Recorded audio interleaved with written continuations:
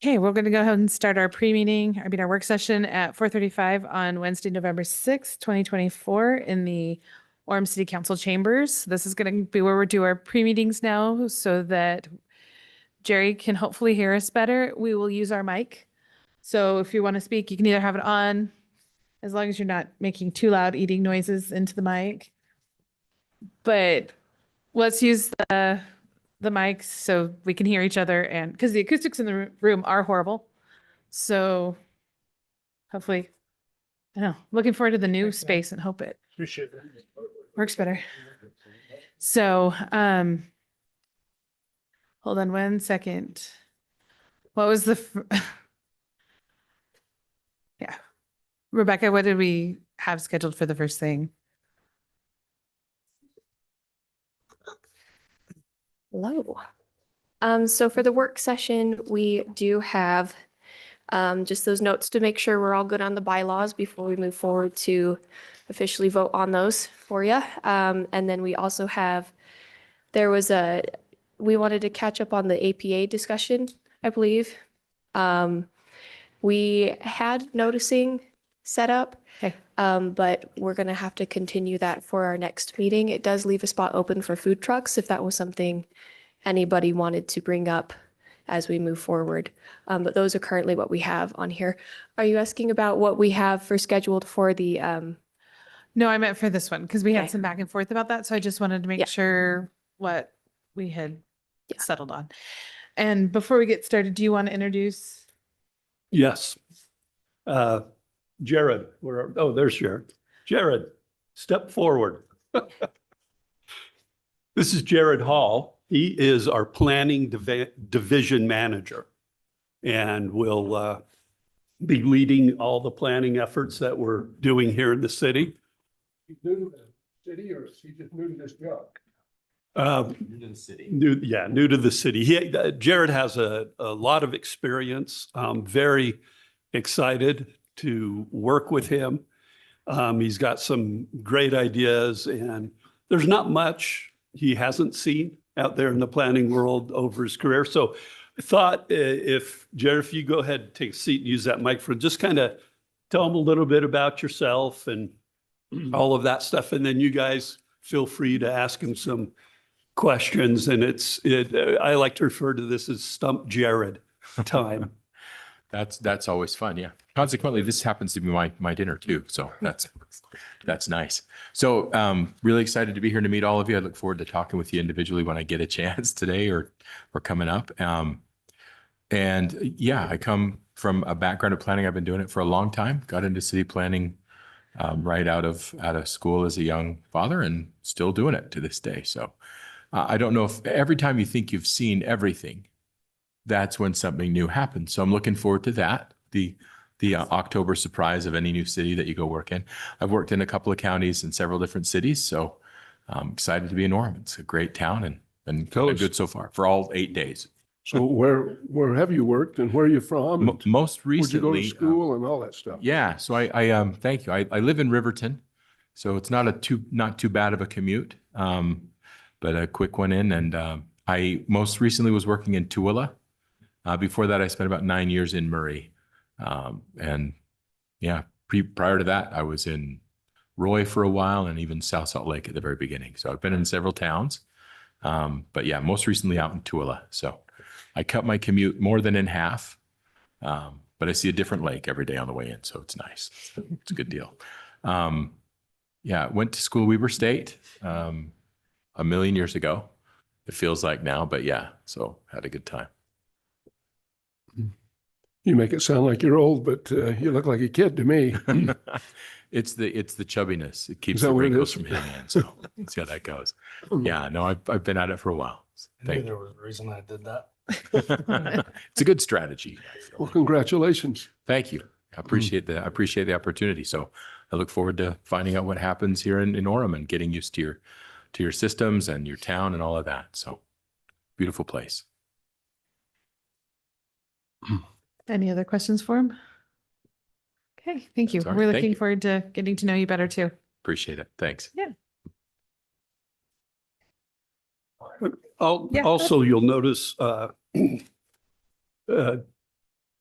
on tonight's items, we have attempted to implement some of the changes that we've talked about.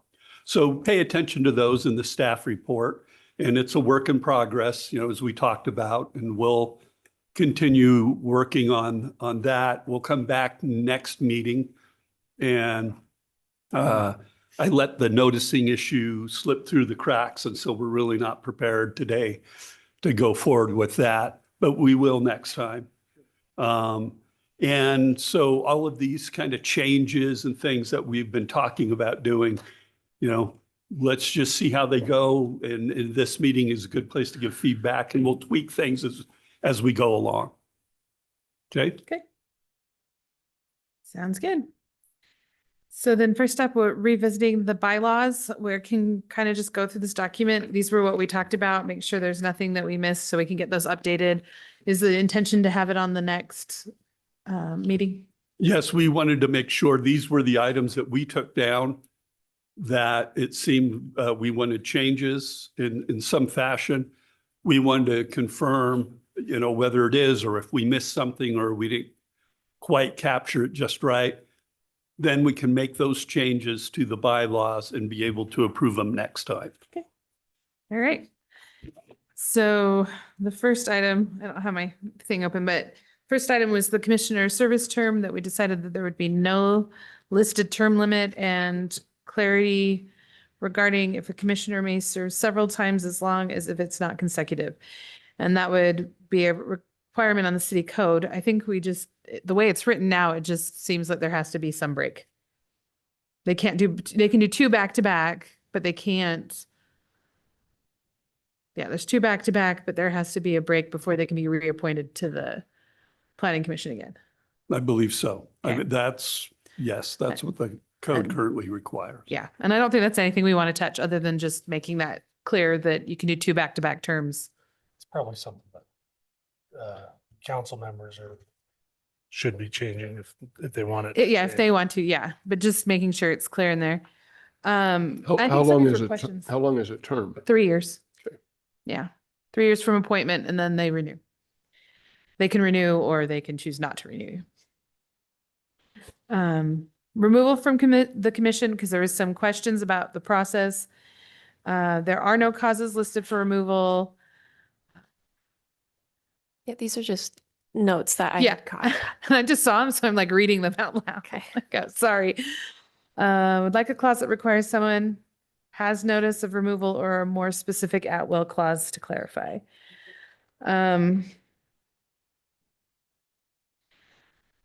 Good behavior. I guess the question, now I'm gonna have to look at it. Sorry, guys. So this is on removal from the commission. Mhm. And jump in if you have anything to say. I can vamp for, ever on bylaws. So, because Would I you know like, you guys are aware. would you like me to go grab one of our binders? I have one. I Okay. just have to switch to the removal section. Because we didn't really have anything for removal. It's just advice and consent of the mayor is what it was. Okay, sorry, these aren't timed to which section they are, so I'm.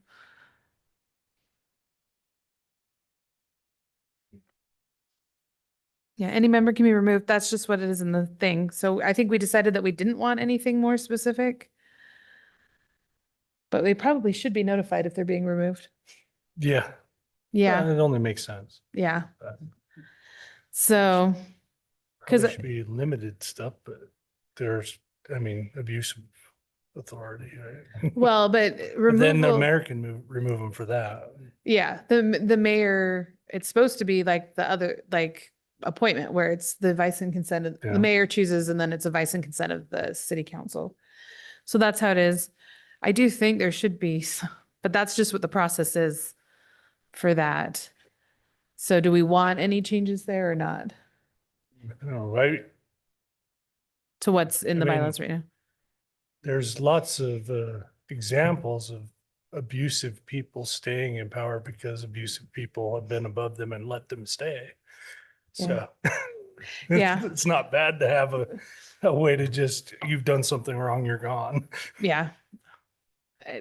but but that's like, But that gets It's the really city wordy. How council's do you resp- do that? yeah, right? it's the city council's responsibility and any change would have to be a change to the ordinance, really. Right. So for now, I think we'll just need to say any member can be removed from office by the mayor with the advice and consent of the Orem City Council. And then if that changes, But I think what are your thoughts? your comment about how do they need to be notified. They need to be notified. Yeah, that should be, I'm not sure how the notification Yeah, process that's- is. they came to the meeting and they've been kicked off. Mm, Yeah. You should save somebody the embarrassment. Yeah, Yeah, you would think that who notifies them? That's a good question. That's a whole process question. Just to catch Jared up a little bit, we've never had bylaws. And so we've been working the last, I don't know, 6 months now to At least. try and get codified bylaws for the planning commission so people understand when they join what's going on, what's happening. And so we can firm up some of the processes because we don't really have any formal processes with resigning or, so that's what we're going on about here. So letter of resignation, though, I think is more important. Would prefer a clause that requires a commissioner to present a formal written resignation. And it says a member and what we have right now in the bylaws, the proposed bylaws, is a member wishing to resign shall give notice in writing to the chairperson of the commission and the city council representative. So I think that's clear. Okay. Clear on that. The protocol for training new commissioners. No, I have that somewhere. Training. Yeah, the commissioner shall receive training in accordance and 4 hours and the 1 hour. The new member must complete 1 hour of training in general powers and duties in LEDMA at the direction of the chairperson or a member designated by the chairperson and staff before participating in public meeting. And I think we wanted to maybe clarify. Basically, I think what we want going forward is that, did we say the chair and vice chair along with staff? For initial training for new Yeah, members. so yes. somebody comes in, the chair and vice chair and a member of staff meets with them to kind of go over and maybe you could jump in too if you've got experience with other things, so they didn't understand expectations, they understand how a meeting works. Go over this new manual that they'll be given. Yeah, Do you guys look at that as maybe the first hour, that hour that's yeah, required before? they that's can sit in what the commission? we're I think kind that's of, great. That's what yeah. I've And done. you don't drop them into a meeting without any prep time. But it's fun that way. Yeah. Well, no. But yeah, that makes perfect sense. And then a number of us have started cold. I think all of Well, us I think have. all of what this. All what of does it us. mean that staff is to keep record of training hours by Um, default? We're That was, supposed to do So 6 there's hours of training. 4 every hours a year. 4 hours a year. And staff is supposed to be keeping track of that. When you say by default, well, just no one has specified if you wanted to move it elsewhere. I mean, Yeah, I think Yeah, staff so it's keeping just- track of it, because yeah. it also, you guys are keeping track of our attendance, and Yeah. I know that counts for 1 hour. And then the first It year you're does? training with, yeah, Yeah. it's like a certain certain number number. of meetings will I'm not- count as an yeah. hour. I want to say it's like 12, but that might not be Really? it, but it's Yeah. some, That's a good number. Well, we Yeah. do the so light that was just stuff, in there in case training. anybody had any other Lighting things that stuff. maybe they wanted also a record or something, but yeah. Now, if you guys Okay. keep what you've been doing on that side, that's Yeah. totally fine. okay. We'll look that up. Recording and decorum. For recording clarity purposes, it's best if all present staff and commissioners refrain from side conversation. Yeah, we talked about that just kind of more as a reminder. I don't think it's written in here. It really is an issue. And I noticed it. I was rewatching the city council meeting with the item that's on our agenda tonight. And you could watch their little side comments and you're like, what are they saying? I need a personal exemption. Try your best. Right? 51 years and it's still not working. Still hasn't worked yet. Maybe we can train you Yeah. at 52. Maybe. So that was just more of a general reminder. Yeah, I don't think we need a formal thing about that, but just to remember what we do up here and how we present does matter. Subcommittees. Can language be added to provide a procedure for appointing a subcommittee? Language to confirm the referral.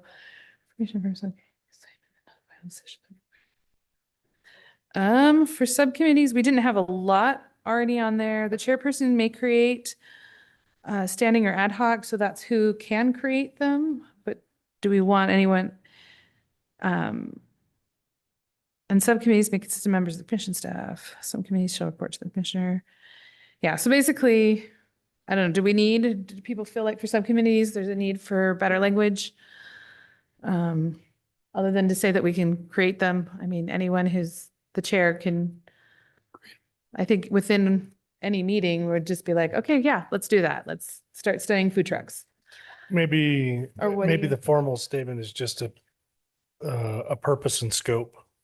This is what we're gonna do. This, and this is the point. So it's clear why we created the subcommittee. Like, I'm gonna investigate food trucks and their relation to, box stores and all this other stuff. So we know what the purpose was when people go out. You always have something to fall back to and say, okay, what was What was the what purpose? initially did we go for? Yeah, what's here? the mandate? Yeah, So so you're just- talking of two separate things, and you're talking about how to appoint them, how they're created, and then the other would be the purpose for a subcommittee. Is that Yeah, what you're saying? yeah. And it also looks like, and I probably do agree with this, we might want language to say that subcommittees are not final decision makers. yeah. And we probably want that written into the bylaws. I'm asking Gary too on that one. Though, Say that again. yeah, Sorry, I wasn't paying I know, attention in you've got like class. 45 hats, so.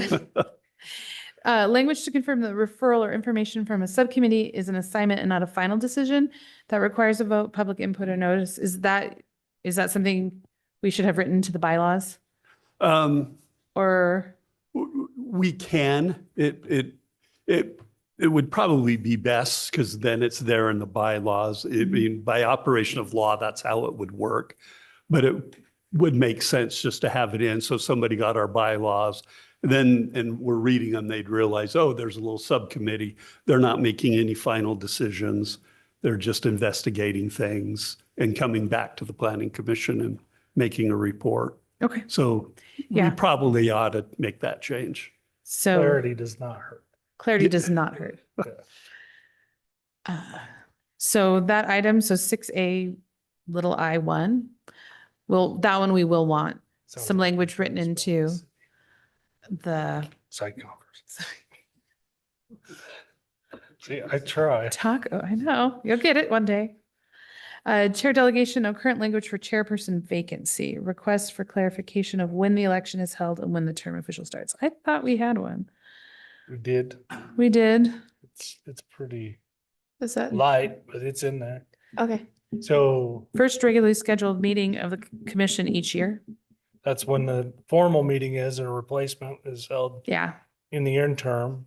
okay, And will only And- serve out the remaining term of the mhm, former chair. okay. yeah.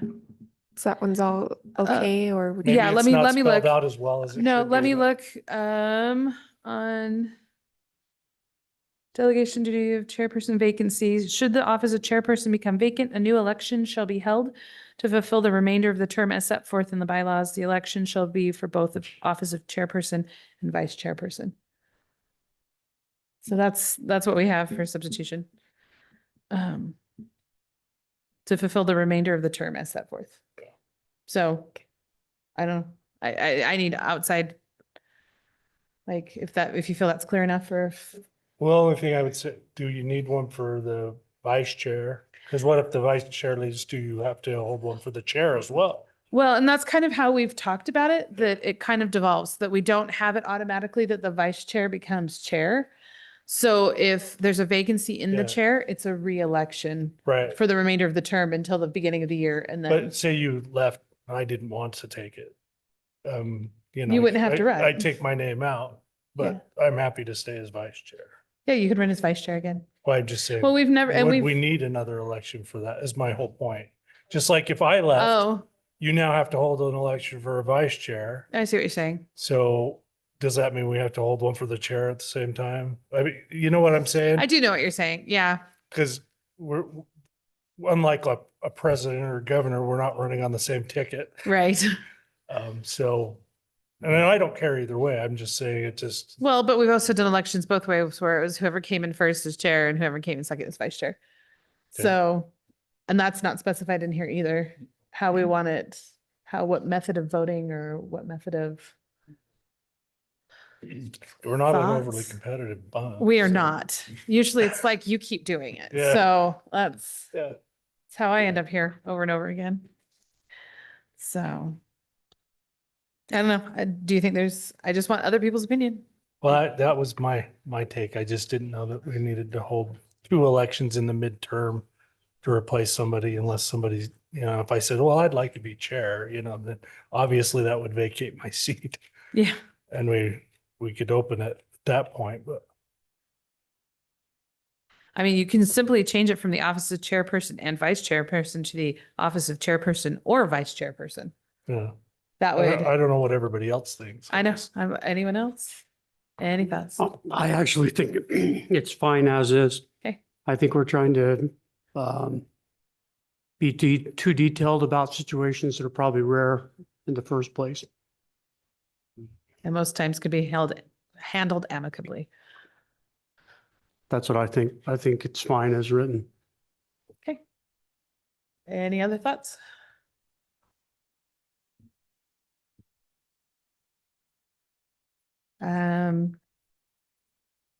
Length of meeting, no new items. Okay, we did talk about this a little bit about the 8 PM or the 7 PM. Tonight will be a good litmus test of this, of how long, it depends on how many people show up and how long tonight goes, because we were starting at 3:30 and having our regular meeting at 4:30, and we've pushed it back to start the meetings at 5:30 for various reasons, but thank you for being willing to stay. Yeah. We really do appreciate it.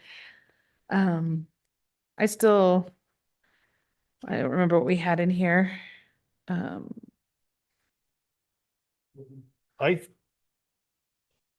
think, 8 PM is what we have already in here. what does it say? 8 PM is what we have Oh, written. That's what we does the decided. wording say again? No new business shall be introduced after 8 PM unless a majority of the commission votes to move forward with the agenda. Any remaining items on the agenda shall be continued. That's the part I was wondering if was in there. So Yeah. I'm good Okay. with it the way it is. I mean, if you got a couple light things at the end, there's no reason to continue it, right? Yeah. And hopefully with the consent items, being able to do the consent items first and They get that made out a of the really way. short meeting last time. Yeah. Did you make the record short meeting? Very I possibly. think it was like a 2-minute meeting. It was like Yeah, done. That's awesome. It was crazy. Because it was pretty much. it would have been 10 times faster if you'd been here because you wouldn't have to look at Gary. Am I saying that right?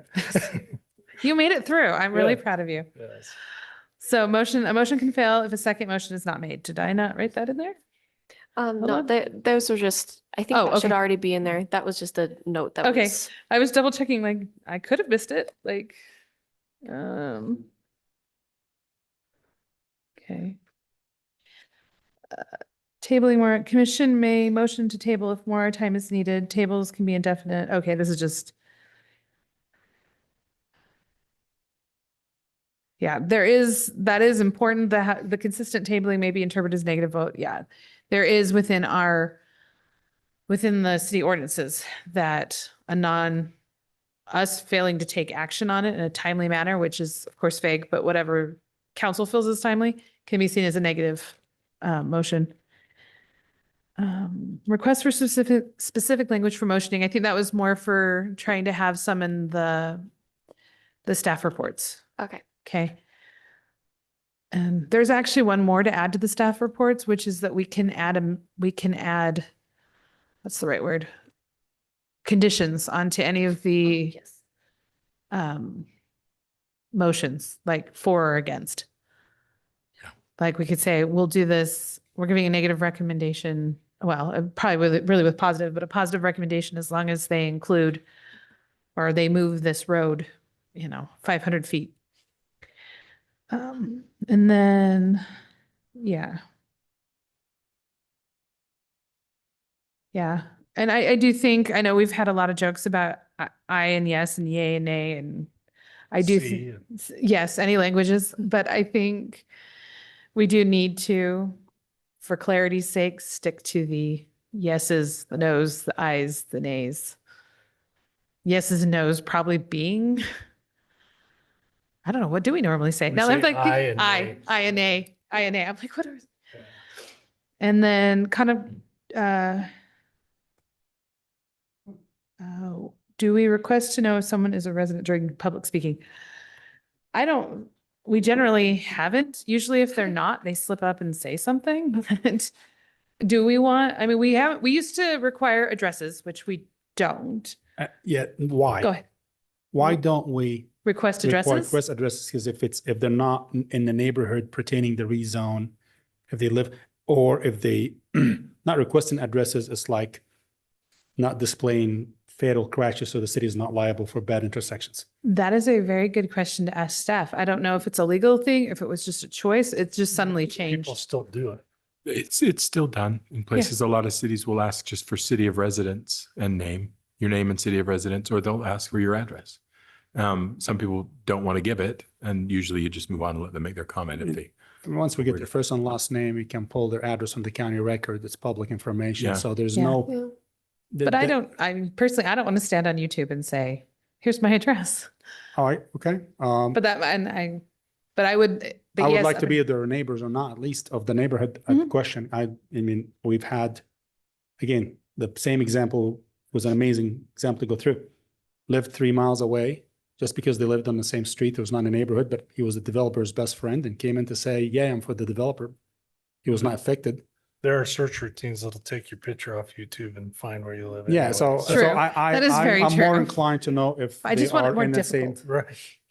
Go ahead. I'm more inclined to know if they're in the same neighborhood where the item on the agenda is in question or not. If they're not in the same, we'll hear them still, but they don't impact the position at all. If we live in a city where it's a problem, then we need to fix that problem. What do you mean? If you're afraid to give your address and Oh, well, that's a different of where topic. we It's live, a different then- topic. Yeah, but Yeah. that's a problem in general in the city too. So Well, no, I it's can completely understand about the YouTube thing, but first and last name, Yeah. whoever lives in the city, if Orem, Utah County record has everything about you. That's what I said. Just make it So a step harder for them. No, but just, maybe we should just ask the question, do you live Do you live in the nearby? proximity of this neighborhood? How far do you live from there? That's a reasonable thing to ask. Yeah. To Yeah. wonder. Okay. Absolutely. I will try and remember that. I will try. You'll remind me today. I know. Well, then today we have to split it too, because it's going to be, and just so you guys are aware with that today, what I'm going to do before we start items 4.1 and 4.2, I do want to get a raise of hands to see how many people are here for each item. And depending on how much it is, we may limit time. Okay. I want to hear people. I want them to be able to speak, but depending on the number of people, because both of these items, we had a lot for one of them before. And this is the same neighborhood we've had here at least 3 times now for different items around them. Yeah. No. So, okay. So I think that's all of it on that. Yeah, those were all the Yeah, the things. other big change that needs to be done is that referred functions, section 9 needs to be removed. Because after we discussed it, everyone wanted to go with referred, why am I blanking on the word? It was like the DRC referred. Yeah, they don't want the referred ones. They want to just do it as consent items. Okay, That's what my brain was That's trying to say. correct. Yes. So- I think my brain glitched that because of like, oh, we already just started doing the. And it was But about yes. 3 hours in. And so I do appreciate everyone, their patience with going through the bylaws and helping give input onto that. I do think it will be a very valuable thing for us and for future members of the planning commission to have. So. Okay, I think the next thing was APA. Yes, because we would have otherwise done noticing, but our notice stuff is not prepared right now. So So, that leaves time for. yeah. So for the 3 of us who attended APA, was there anything you guys wanted to share? Anything that stuck out to you? I had an extremely awkward lunch with somebody who's come before us. That was interesting. Wasn't it, Mike? Yeah. It was- I wasn't even prepared to talk about this. So Yeah. I think,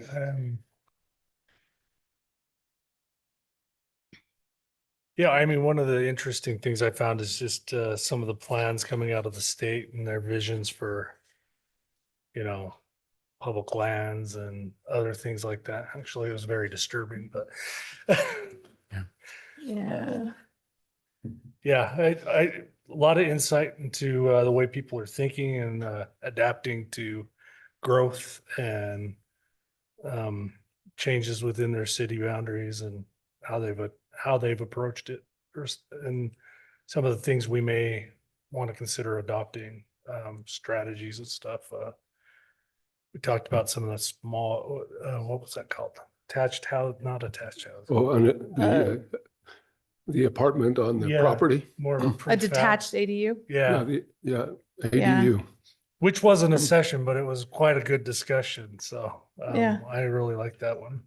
As something I think we might want to look at and Specifically, consider and putting, find rules around it. But detached ADUs or the modular homes? well, like to me, they can kind of be one and the same, right? Because whether we do modular housing as well, which I actually support, but the attached ADUs could be a modular thing too. Or Yeah. I mean, the Detached. detached.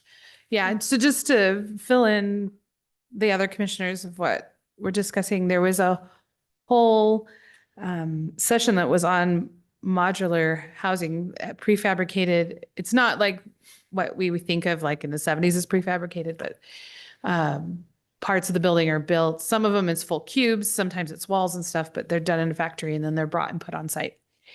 And The city of Farmington, you may be aware of, Yeah. they're doing that. You may know quite a bit about this, actually. I don't about farming. I worked in Farmington for 1 year, a Okay. long time Yeah. ago. But yeah, it's modular housing has changed a lot. yeah, And I didn't go to that session, but yeah, lots of developments So there. you were at the event then? Yeah. yeah, we ended up eating lunch with one of the guys that presented at that and had a real extensive conversation about, I think we got more information because of the lunch. During but- the yeah, lunch. more came out of the lunch than the actual session, but He's the CEO of the company that makes the That makes homes. them, In yeah. Springville, I think, is where they're made, actually. Yeah. Yes. yeah. I've heard of And, that. talking about, you can build whole units and and that's a lot of what cities are going to. And there is, I don't want to say threats, but there is definite talk with the legislature about extending ADUs right now are internal and have to be attached to the home, but moving towards creating legislation for detached accessory dwelling units on people's properties. So You my could call it daughter's threats. could call it threats. Okay. That's a reasonable I'm allowed to say response that? the language Okay. they're using. Yeah. the state, like with a lot of its land use stuff, is threatening. It's pretty threatening. Yeah. Okay. I already know I'm going to I like can you. say If that that's for what if you you want. Call it like it is. That's Yeah. interesting. So I was going to say my daughter's dream is to have a tiny home in our backyard so she doesn't have to move away. And That's sweet. yeah, no, that's why she thinks I'm on the planning commission is so I can make this happen. She's 12. Anyway, so You may want her to move out earlier than she's planning on, in just fact. build it in the backyard and let her go. That's right. Yeah. No, I love her. I'd miss her, even if she was in the backyard. But yeah, just that there is a shift. I think there is a growing desire to have some use to do that. And I think there's a lot of issues around it. Definitely something worth discussing in a future planning commission. Definitely. And are there limit? It depends on I haven't looked into exactly what the state's talking. It's probably nothing really too concrete, but lot size, what you would need.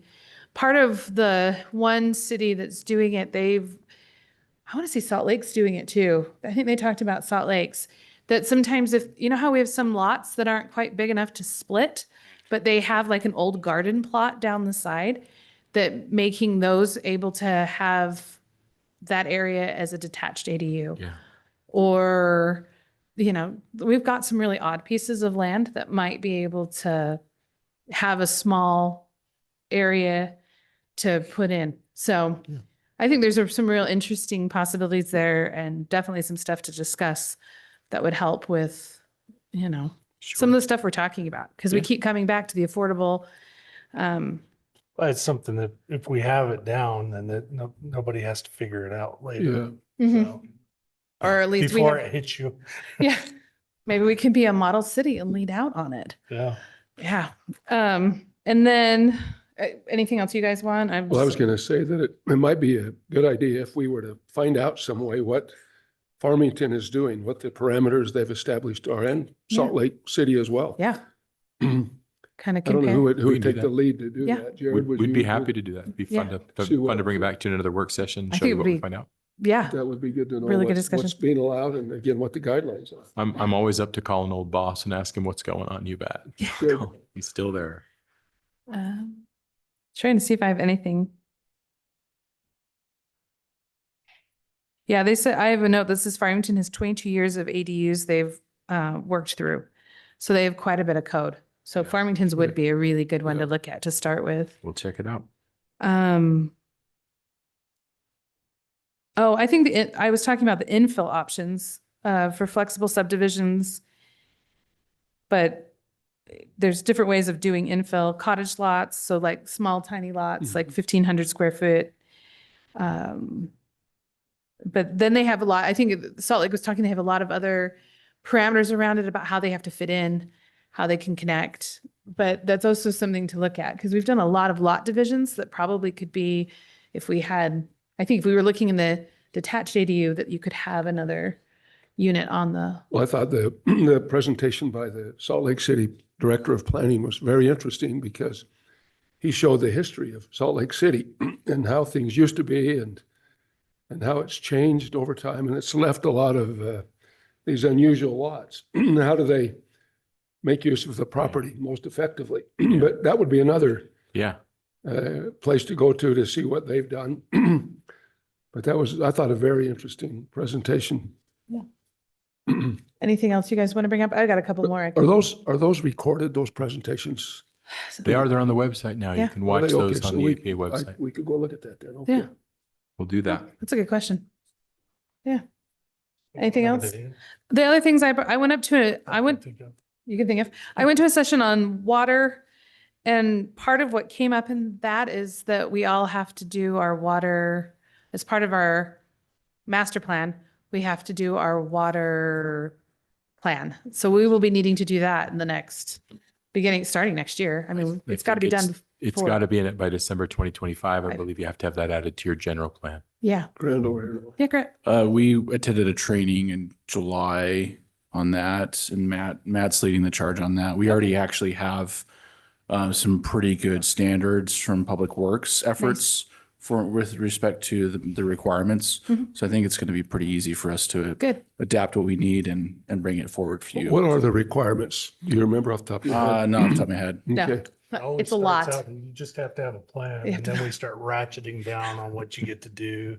You Yeah. become very Nazi-ish in our behavior. So, This is pattern in the past. Yes. and the other, Agree. sorry. Yeah. The other one I wanted to bring up that I went to a session on that was kind of interesting. They talked about basically taking your zoning code and putting it all in one place and standardizing all the language. And because right now, and I think that's something that Orem could really benefit from, is right now, as I'm sure you're aware, it is spread across 3 or 4 different sections, and that may be making a concerted effort to finally bring it together. When I was going through the process, sorry if this is repeat for you guys, but when I was going through the process of doing the bylaws, I looked up a bunch of the rules for something we just struck, but it's okay.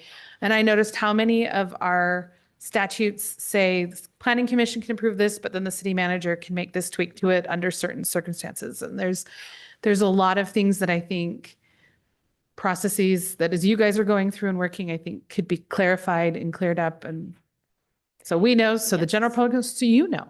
Yeah. So- There's even on our end with redoing, not redoing, but we're looking at DRC and how our stuff runs and just being like, whoa, we're doing the same thing on our end, trying to figure out you know, Where everything where is. everything is Yeah. and get that ironed out. So I mean, yeah, this has been a big staff changeover for Orem all at once. So, yes. yeah.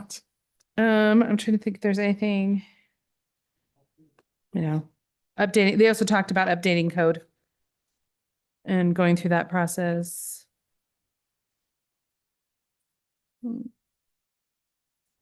I think that's about all I have for that. So if there's anything else from APA? I will tomorrow. You'll think of it tomorrow. Yeah, Yeah. yeah. So that's a few things. Those are a few takeaways. I was gonna say, what did you enjoy at the APA conference?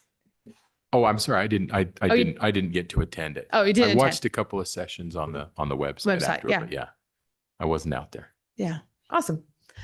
So, I, before we probably could adjourn here in a minute, but, before we do, I want to ask a question, and I know this is kind of off the cuff to staff, but maybe along with notices, we need to talk about neighborhood meetings and what the standard is for why we have them and when they happen. Especially as I've prepped for this evening's meeting, I've kind of pondered what the role is. And we've had some conversations about, is there a point that things should go back to a neighborhood meeting before it comes before us? What are kind of the feelings around that? So it's just I just was wondering about some basic information about neighborhood meetings that might help. I think that would be all part of noticing. Noticing, okay. Because there's to actually even be able to make an application in certain circumstances, you need to hold a neighborhood meeting and go through that process. So that would be a part of Yeah. the noticing process because, who do we have an ordinance deals with who gets noticed, how long in advance, what the noticing distance is, all of that. We should go through. For neighborhood meetings? Yeah, well, yes, the code specifies those things. So it does, I thought you just said it didn't, and I was a little confused that it didn't, so. No, it Okay, does. sorry. And then the other part of it, there's also the notice for the neighborhood meetings, Yes, there's. which are kind of vague and sad sometimes. Yeah, and part of that I'll be honest, struggling with those little yellow postcards. Yeah. So I get Oh. those postcards sent to me because I've added my name permanently to the list of, so it get every single one, regardless of where it is in the city, I should get. And I've been getting them, but I talked to somebody else who should be getting that and they didn't get one of them. And so we got to figure out. Yeah. I miss them all the time. Yeah, Mike and I Yeah. literally live on opposite sides of State Street, about the same coordinates, and I get them, and he doesn't. Yeah. I mean, it's just, Rod said he's missed some. have of you them. missed some? It's been hit or miss. Yeah, And then and so there's- we need to figure those out. And then I had someone call and relay some concerns just this week about the yellow cards. And hey, who wrote up this language? And part of it is we have a program and we have to put in for legal requirements into this program, legal noticing, and then that gets auto-generated and we have a very limited number. It's like we're trying to put as much information that's useful as we can within 180 characters type Yeah. deal. Yeah, And so we're struggling with that and we'll have more conversation about that, but be more prepared to talk about all of those issues Yeah. at our next meeting. and specifically, then I also wanted to bring up the notices for the neighborhood meetings. Like, you think the yellow cards are bad. Some of the notices for neighborhood meetings are hard to know what people are even coming to want you to Well, come. And it's not just that, it's who Timing.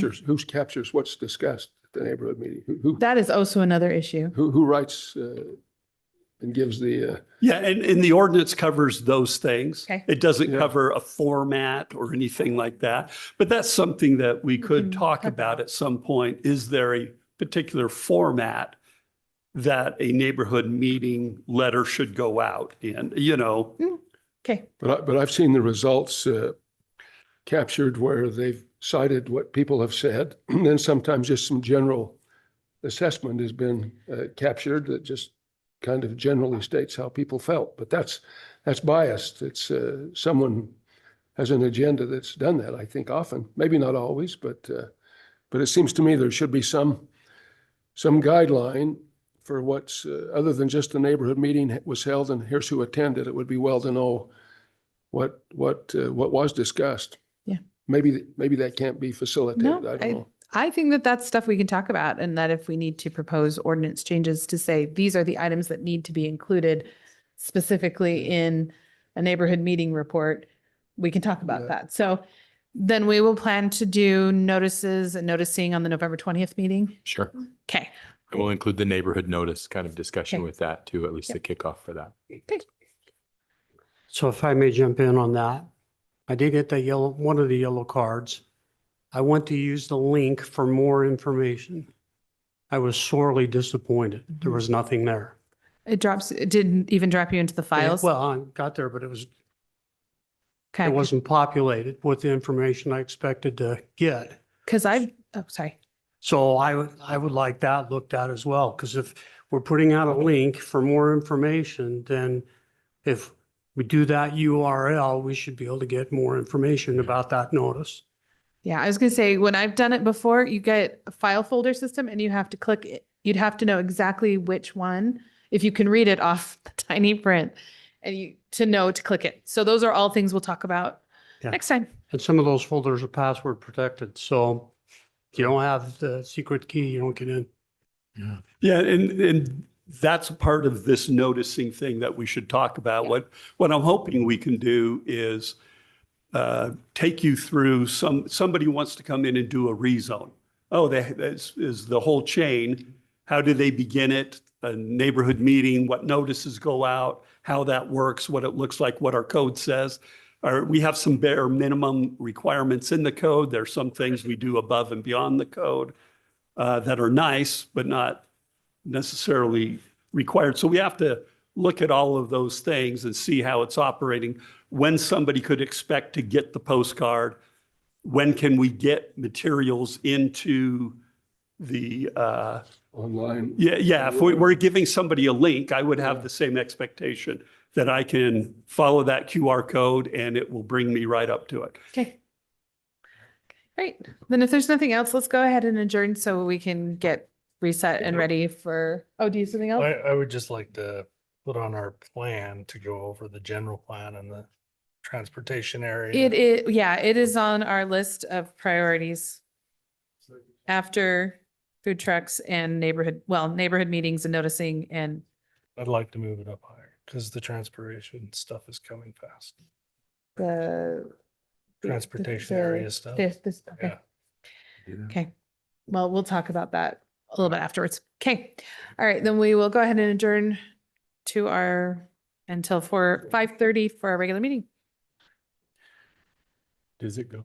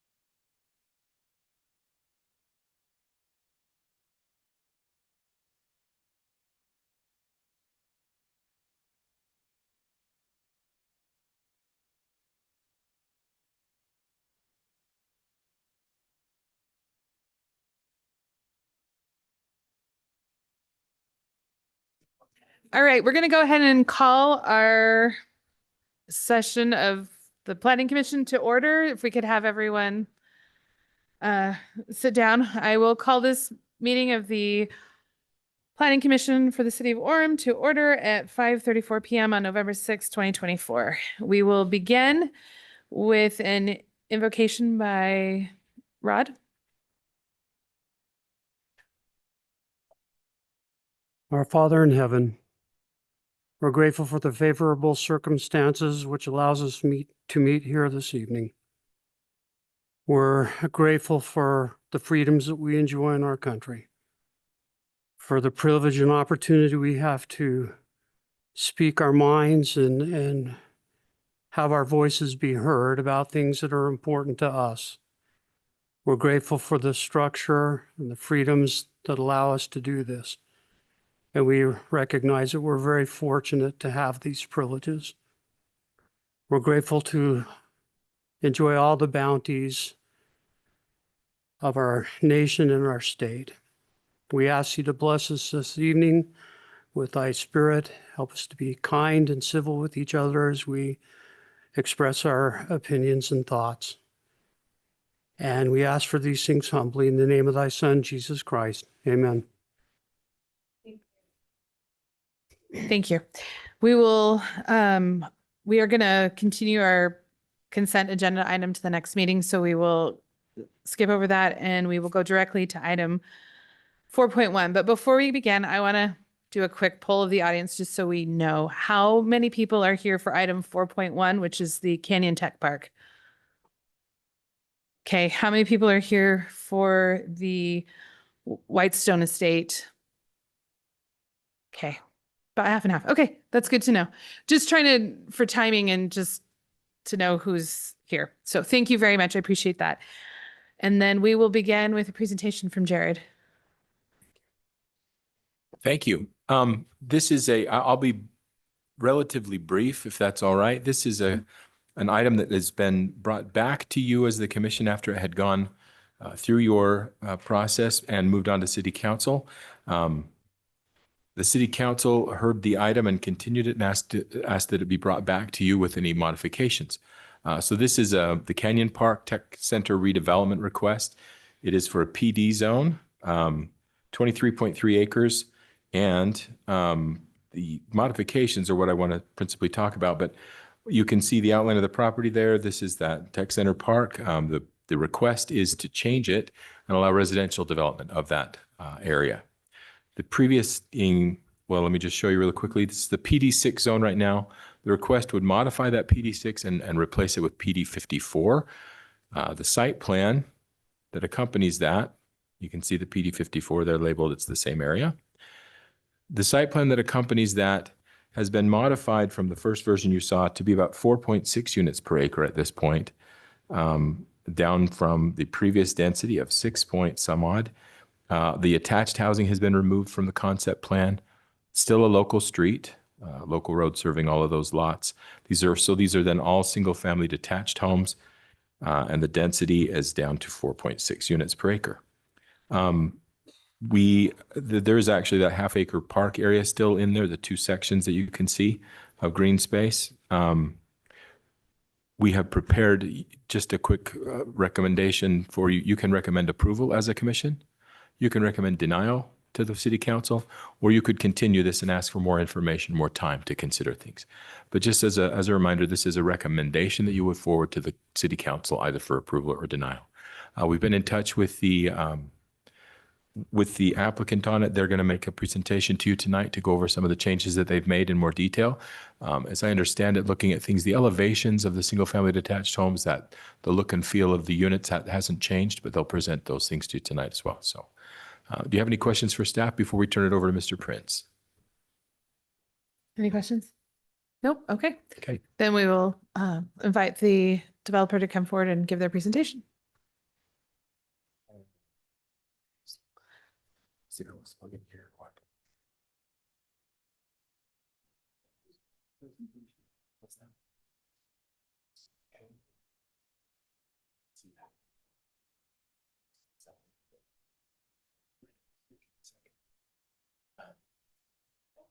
Can you give us just 1 second? I should have a. Sure.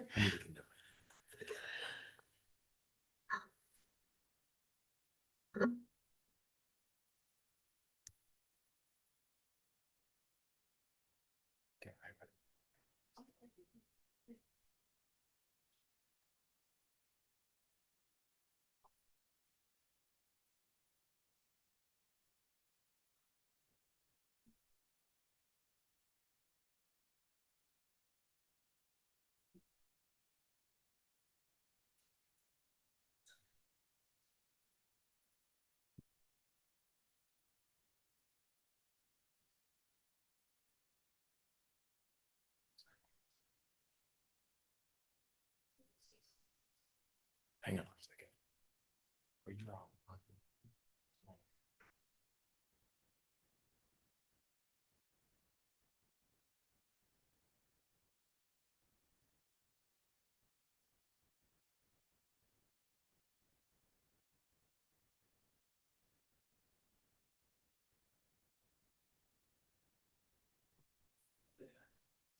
We're not having a public hearing at this point. We are starting first. The first item on the agenda is for the Tech Canyon Park, and the second item is for the Whitestones Estates. Okay.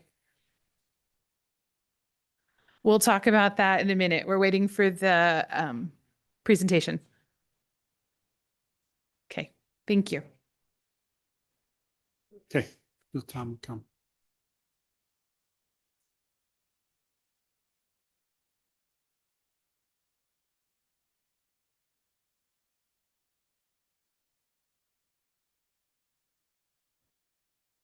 Yeah, I apologize. We had a miscommunication about how we were getting his presentation to us. So just 1 second more and we'll be ready. Thank you. It wouldn't be great if I didn't start out this way, right? So this is how you can remember me forever.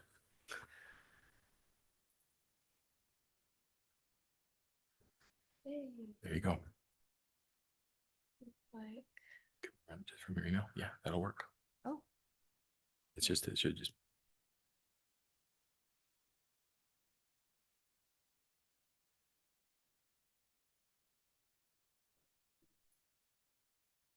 I'll have Brian just sit here if that's okay.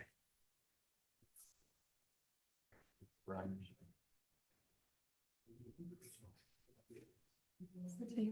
We'll just scroll through. It's just coming back up. Okay. We're ready to continue.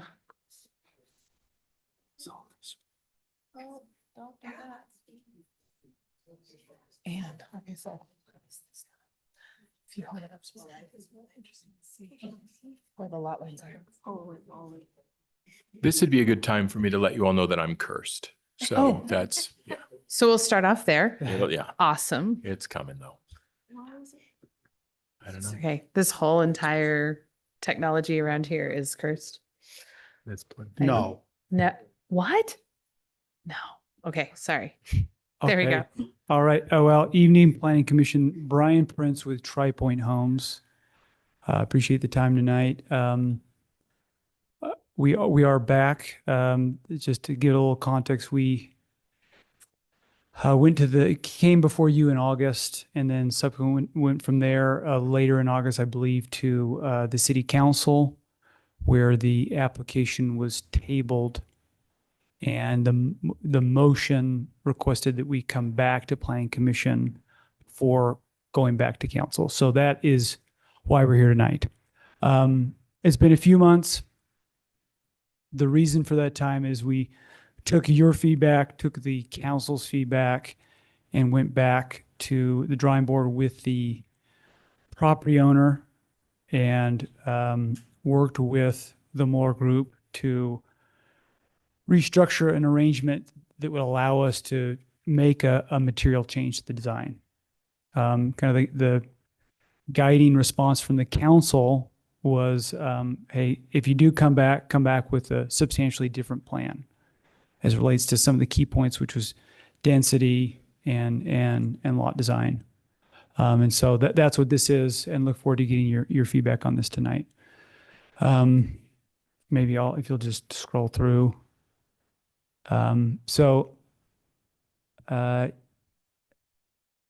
the image on this is a little, maybe just zoom out a little bit, but the high level change was we went from 150 lots to 108 lots, which reduced the density dramatically from a little over 6 units an acre to 4.7 or 4 point, yeah, a little over four units an acre. And the blended average density is the same. What drove the design was both lower density, and then we got a lot of feedback on having density taper from the west to the east. That was a big item. And what from residents and from the council, their guidance was, we want to see some type of buffer along the west side, whether it's a trail or big lots, so that there's this taper or transition from what are very large lots on the west side into, you know, a density that's comparable to the other communities next door to the east, like Strawberry Fields, Da Vinci Place, Abbey Road. And so that is really kind of the high level community design strategy here. And so what you have along the west side there is quarter to third acre lots. They're 10 to 15,000 square foot lots. So big lots along the west side, and then it tapers into a density that's comparable to some of the PRD communities next door to the east. Another item that was a big change was a lot of concern about vehicular connectivity, having the road that goes out onto Research Way line up to the access in Da Vinci Place. That was a big concern. So we moved that vehicular access further to the south, so it didn't line up with, I think it's 1280. And then realign some of the lot orientation to have not just big lots along that west side, but the mix of 108 lots, it's 19 what we call large lots that are quarter to third acre, and then 89 lots that range in that 6,000 to 7,000 square foot range. Everything else stayed the same. They're all public roads with the same setbacks, the same full-length driveway requirement, same two-car garage requirement, no attached housing, no ADUs, no, I'm just thinking through the concerns that came up in the initial meeting. It's all for sale homes. There's no allowed rental housing of any sort. It's all for sale housing stock. Maybe scroll down to the next slide. So this is a little bit of an update on the architectural design and product. That's one of the big questions that we received when we submitted this new design was the previous plan had smaller lots, thus would be smaller homes. So this is an update on the types of homes that you'll see throughout with the bigger lots. As you can see, a kind of traditional subdivision with homes oriented towards that public right of way with 2 to 3 car garages, and we showed these are all 2 stories because I wanted to show kind of the biggest product that we would envision here. But we do anticipate, we've seen a lot of interest for a single story home. So showing this because these are the bigger homes and would not surpass that 35-foot building height restriction, but we will have a mix of both Rambler and 2-story homes here. And I think we'll see a lot of demand for that along that west side on the bigger lots. If you scroll down to the next slide. This is just a breakdown of some of the statistics in the new design. So it went from 150 to 108 lots, down from a little over 6 to 4.6 units an acre, a little over a half acre of open space that, again, wouldn't be dedicated to the city. It would be owned and maintained by the HOA as required in that PRD zone. And then lot sizing average, when you take the blended average, very comparable to Da Vinci and the other communities to the east. Scroll down, let's see what the next slide is. This again is just reiterating that the community design is based on the city's local street cross section of what you see there. What is a total of like a 70? Is it 70 or 72 foot cross section? And 34 feet asphalt. But maybe I'll stop here because that's really the bulk of the changes that were made. We'd be happy to answer any questions you have. Thank you. Are there any questions from the Planning Commission at this time? Not this time, Red? Yeah, there were a couple concerns brought up at the previous session. One was related to garbage pickup, trash cans on the street, and the length of the front part of the property. The proper term slips me right now. And there was another about, fire and other emergency vehicles accessing the neighborhood as needed. What changes in this plan address those concerns that were raised before? Yeah, it's a good question. So maybe scroll back up to the concept. So this design complies with the fire code, having 2 access points that will be established in the first phase of construction. The garbage, and I think it was a question related to garbage pickup, which these are public roads, so it'll be the traditional cans out on the street like any other kind of traditional neighborhood in Orem. But I think it was really just the question that came up, and correct me if I'm wrong, was distance between driveways. And because it's a public road, it's a big road, there's plenty of space for, as you can see in that cross section, it's like any other public road in, local road in Orem, plenty of space for parking. So I don't think the concern was the cross section, the amount of asphalt, curb and gutter. It was from home to home, the distances between the driveways. And with those smaller lots, the linear distance from driveway to driveway was a little tight. And so it was like, how many cars could you fit, on that Thanksgiving Day or Christmas morning or whatever, when you've got a lot of folks visiting and parking. So I think we've got this at the bottom. If you'll scroll down to the last slide, we'll see if that's there, at the very bottom. You may have to download the document. I think you just got it open. So what she'll present is there's an exhibit that shows, based on this new design, the linear distance between the tightest driveways and then in both product segments. So go down to the bottom one there. So here, this is a little bit of a technical document, but it's showing, so on the left side are the smaller lots, and then on the right side are the bigger lots.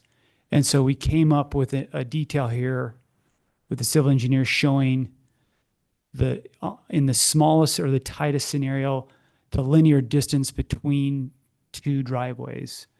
On the previous one, it was in the 20-foot range, high 20s. So you can see on the left, there'll be a minimum of 37 feet between driveways, which would, accommodate 2 small, 2 average sedans. I think an F-350 dual cab is like 22 and change.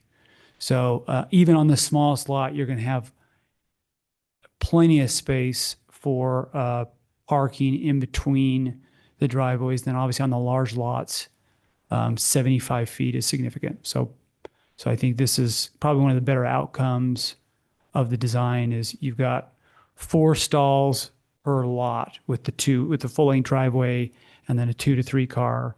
In addition, you're going to have ample parking in the right of way. So I think that is that how I would answer that marked question. outside to outside? Your arrows are Yeah, on the no, it is outside of outside. both. No, it's a good question. It's outside to outside. So you're including the driveway as part of the street parking distance. Say that again. So you're including the width of the driveways for the street No, parking? no, that's the whole point of this is to show between driveways. So from the right side of one to the left side of the other would be 37 feet. on some of the smaller lots, and then on the bigger ones, it's significant just because they're so wide. Yeah, just your arrows are on the No, I outer get it. edge side, not the it's- inner edge side. It's that it's in between driveways. So, it's from edge to edge, because you couldn't park a car in the driveway, or you'd be obstructing the driveway. So that's the point of the exhibit. So a lot of parking. Looking at it, we came up with a total number of 633 stalls. So a significant amount of parking, far exceeds any standard you have in the city. So you have the 633 stalls, but that includes the real wide lots. The concern are these narrower 6,000 square feet lots. So you say that it's from the left side of one driveway to the right side of the next is 37 feet, correct? That's with the design. How wide are the lots? I'm sure it's somewhere here. The lots themselves are on these 6,000 square feet.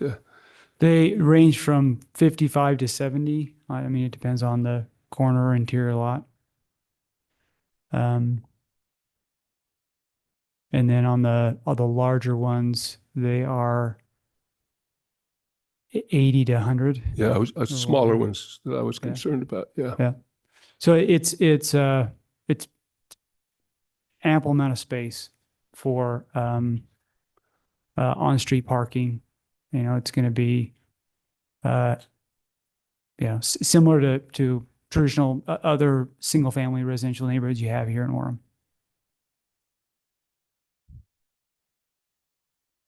And then scroll up just one slide there. I think now maybe we go up to the next one.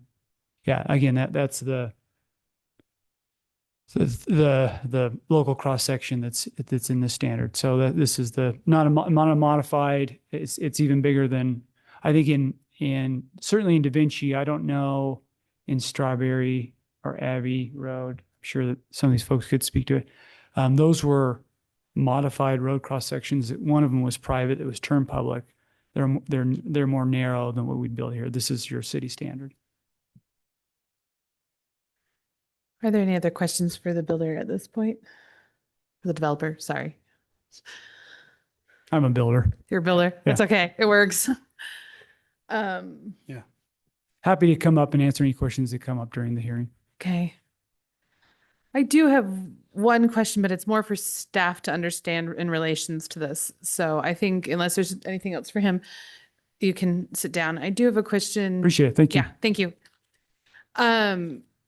So it's my understanding that this is, and maybe you might have to answer part of this too, but my understanding that this is based on the PRD standards. And I thought that within the PRD, there was a requirement for more open space.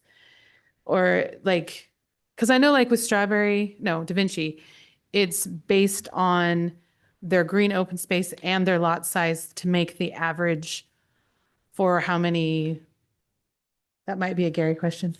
They're proposing a PD. They're proposing PD, okay. Because I know they keep saying they're using the PRD standards too. So I keep hearing both. And that's why I want to clarify, because that does make a difference. Yeah, we do have PDs and we have PRDs. In PRD, you can come in and get a little more dense than the normal base zoning, but you have fixed standards. PD, think of it as they're proposing to write the standards that fit their proposal. Mike, looks like you're thinking. Okay. good. That's a good question, just because we did study this. I know it's a PD 54, but this does comply with the PRD language. Okay. All right. I'm just going to It's not- mention, It's not dense enough to trigger a ratio of common area Okay. beyond what we have. Okay. I don't think we usually accommodate garages and driveway as parking spots. So that's just something we need to remember. We've been seeing it more frequently used as. Yeah, of course we do, because they want to limit the amount of parking they have. So Well, but also they aren't, under a PRD, I know we're kind of crossing lines here, but under a PRD, there's parking requirements. yes, Yes, but in a PD, there's not. PD, There is. you could propose no parking. You could, Yeah. you could propose 100 parking spots per unit in your That's what I was PD. gonna Think say, of a there is if we PD say as that. kind of you write the standards Right. that you would So want. within what they're proposing with the PD, what are they proposing as their own parking standards? That seems a little weird that they can propose their own.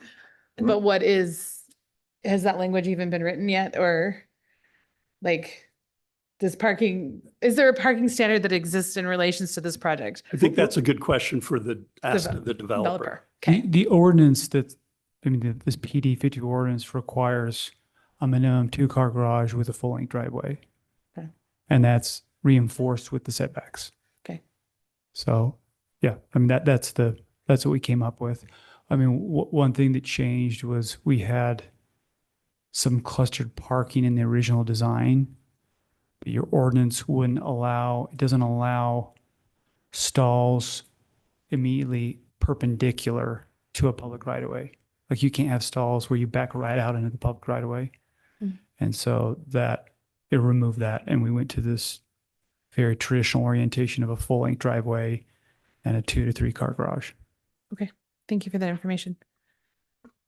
Any other questions? Okay, are we ready to move to public hearing? Okay.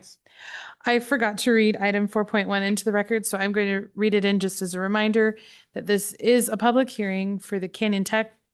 This item is the public hearing for the Canyon Park Tech Center redevelopment. It's to enact section 22-11-67 PD 54 zone and appendix AAA of the Orem City Code and amend Article 22-5-3A and the zoning map of the city of Orem by changing the zone on approximately 24.3 acres from the PD 6 zone to the PD 54 zone located generally at 1203 North, 630 East. And as we go into the public hearing portion of this, right now we're only talking about the Canyon Park Tech Center. So if you have comments about that, please come forward. We will limit the time just because we have so many people and we have 2 rather large items. We're going to limit the time to 2 minutes tonight so we can hear as many of you as possible. And when you come forward, please state your name. And how did we decide to phrase it? Where you're from, your neighbor, if your neighbor or your proximity to or from Orem, however you want to state it. And how do you want to say it? And please don't give your exact address. Yeah. We don't want people knowing your exact address while you're here at a Yeah, I agree. public meeting. I do. We just want to know what your relations to the neighborhood is, just so we can, for this. And then I don't think there's anything else. So we will go ahead and open the public hearing. If you could line up along the wall if you'd like to speak, just so we know. I mean, a few at a time. You don't all have to rush, but then we will get started. We'll open that for the public hearing. My name is Dave Noble. I'm the president of the Da Vinci Subdivision HOA. I represent Oh, is the microphone sorry, granted? we're not on. It's on, it's not close. Okay. Yeah. My name is Dave Noble. I'm the president of the HOA called Da Vinci Subdivision. It's a 65 and older community. The average age there is approximately 75. We are senior citizens. We're good taxpayers as well. The average lot size in Da Vinci is 7,497 square feet. That does not include the roads or the 2 acres of grass that we have. I'm kind of answering a question that you just had. That's just the lot size only. The lots that are being proposed in this project are larger than that, especially along the west side. There was a great deal of concern in the last meeting about lot sizes. They have proposed, TriPoint has proposed that the lots be much larger along their west fence in order to reduce some of the concerns about comparables. We are in favor of this project. The HOA board for Da Vinci wishes to express to you that we want you to approve this project as planned. We are deeply concerned about the possibility that one day the city or the state of Utah may force condominiums and townhomes next door to us. Our neighbors, these homes represent the vast majority of the money that they will pass on to their offspring. They want you to know that they're concerned about having a project that will be comparable to Da Vinci. In reality, these homes will have an average size of 3,000 to 6,000 square feet. Many of them will be much larger than the homes in Da Vinci. We only have one minor concern on the whole project. We would like to see one additional road added. And we've kind of pointed towards the north end of Research Way. There may be people that live in this subdivision that are going to want to get over to 1600 North and go to Lehigh or American Fork or Salt Lake to go to work. That would allow much of the traffic problem to Thank you. be removed. We are very much in favor of the project. We like Tri-Point. We Thank would you. prefer that this home project be approved so that we can get this moving. Thank you.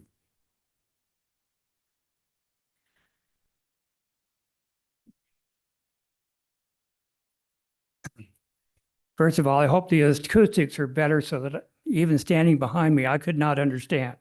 The same for those speaking up front. My name is Jim Chatterley. I live on 1200 North. I'm a licensed civil engineer. And unfortunately, I've worked for development teams for the good and bad. And I think we need to start with the end in mind. The idea is that everybody is looking for single-family housing in a time when inflation and of course is driving the bus. So it offers an opportunity for some creativity. Over the last 4 weeks, I've made a number of attempts to visit with Byron that has not responded. I have an email that I sent to him 2 days ago. Here's some suggestions that may help with the design. First of all, Mueller Company purchased a property right in the middle of COVID. So here they have vacant buildings. Yes, it's important that the property be developed. So my suggestions in my email to Byron is to retain the existing circulation, retain 90% of the existing landscape, and create a work-at-home type property where there would be service alleys to provide for access for double-car garages and for mail and garbage pickup. The idea is to retain the current landscape, retain the drainage that is a part of the property, and also provide the west park area as the storm water development. All these are issues that have to be resolved, and I have the experience and the opportunity to share. Thank you. Thank you. I'm Brian Clark. I live in the Old Orchard Estate on the west side. Been there for 25 years. And I just don't understand why we're going to bulldoze the forest and then replant 300 brand new dinky trees. 10 feet off the property line is not sufficient for privacy. This is high density, and 10 feet off the back property line, it's ridiculous. I just don't understand. Is there a way that the Canyon Park could deed that land to Orem as a park and then go ahead and develop the rest of it that's parking lot and actual buildings and preserve the buffer zone of 20, 30, 40 feet that's already existed with 35-year-old mature trees? I don't understand why we're going to jam 5, 6 more houses in there so we can bulldoze that. It doesn't add up to being Family City USA. I wish Bruce Bastian was still here to see what they're going to do to his park that he had purposely planted and put that buffer zone for his house and the rest of that neighborhood. And to just bulldoze it to put in extra houses, I just don't understand it. So as much as they have come down from 250 to 180 to now 108 houses, that is great, but I still don't approve of it because we're going to put it 10 feet off my property line. I just don't understand that logic. that does not compute for Family City and having spaces and green spaces especially. So thank you. Thank you.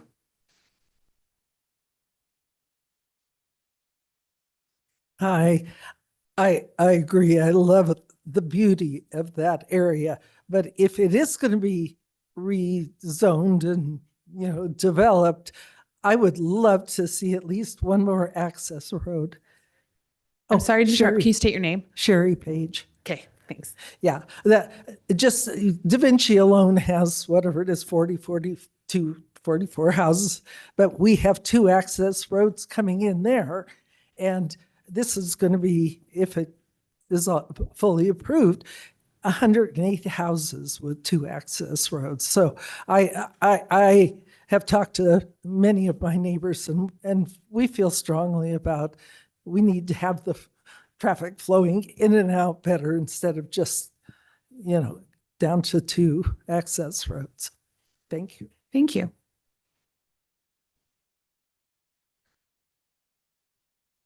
My name is Eleni Wilding, and I live on the west fence line of this proposed development. And what I'd like you to do, first of all, is we don't hear this. What is the benefit to us neighbors who've been here? I've been there 20 years. My parents were there for 20 years before that. What is the benefit to us neighbors of putting in this development? That west fence line has those homes right up very, very close to that, which absolutely destroys the privacy that we've experienced. That's the reason why we live there. We love that privacy. One of the things that you need to be aware of is that our grade is about 7 feet lower than the grade of the business park, which means that whatever the housing height will be, there's going to be that much more on top of that that can be allowed. And so when you've got 4-foot setbacks between each house, plus 10 to 15 feet from our fence line, what you're looking at is a virtual wall of houses right behind us, looking down onto our properties. And both the people that will live there as well as us, it absolutely destroys our privacy and the quality of life that we've enjoyed there. And so I think that the first concern ought to be for those people who have lived there for decades, not for a developer. There's going to be many developers that will come along that will want to change that.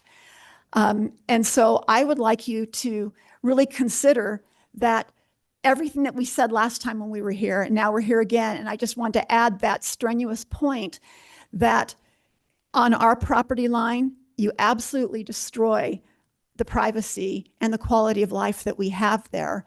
And that is something that ought to be really considered. Thank you. Thank you. My name is Stephen Orrock. I live and work in the city of Orem. First of all,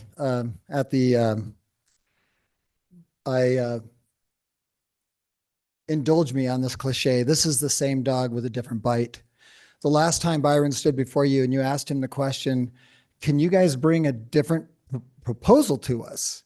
His answer was no. Now it's yes. So I don't know that I trust TriPoint. If they say no, now they're saying yes. What else can they say? What are they not telling us? Orem, as it was pointed out at last city council meeting that we had regarding this matter, is ranked number 5 in the state for population density at nearly 5,000 people per square mile. And 95% of our city is already developed. So we're not in a position to solve Utah's housing crisis. What this will do is it will add to the housing problem by bringing in homes that cost a lot of money and will raise property values even more throughout the area. Am I opposed to my house being worth more? No, but am I opposed to making houses more expensive and harder for people to buy? Yeah, that doesn't help anybody, especially people that are trying to get into homes. The other thing is we walked around and in 3 hours on a petition, we asked our neighbors in Northeast Orem about this, and 100%, over 100 people in 3 hours signed this petition saying they did not want to see this development as it is presented to you guys right now. Orem has problems associated with growth and size. TriPoint is not coming to you with a solution to any of them. What will they bring with more housing at this density? They'll increase problems for public safety. They will decrease access and increase risk in that area. It will significantly increase load on our existing safety infrastructure, fire, police, ambulance. The encroachment of privacy is already mentioned. I don't want to address that. I'm almost out of time. The unsustainable demand to utilities, water, sewer, electricity, and the development raises the price of houses and makes it harder for people to get into the homes. I recommend that you do not approve this development. Thank you. Thank you.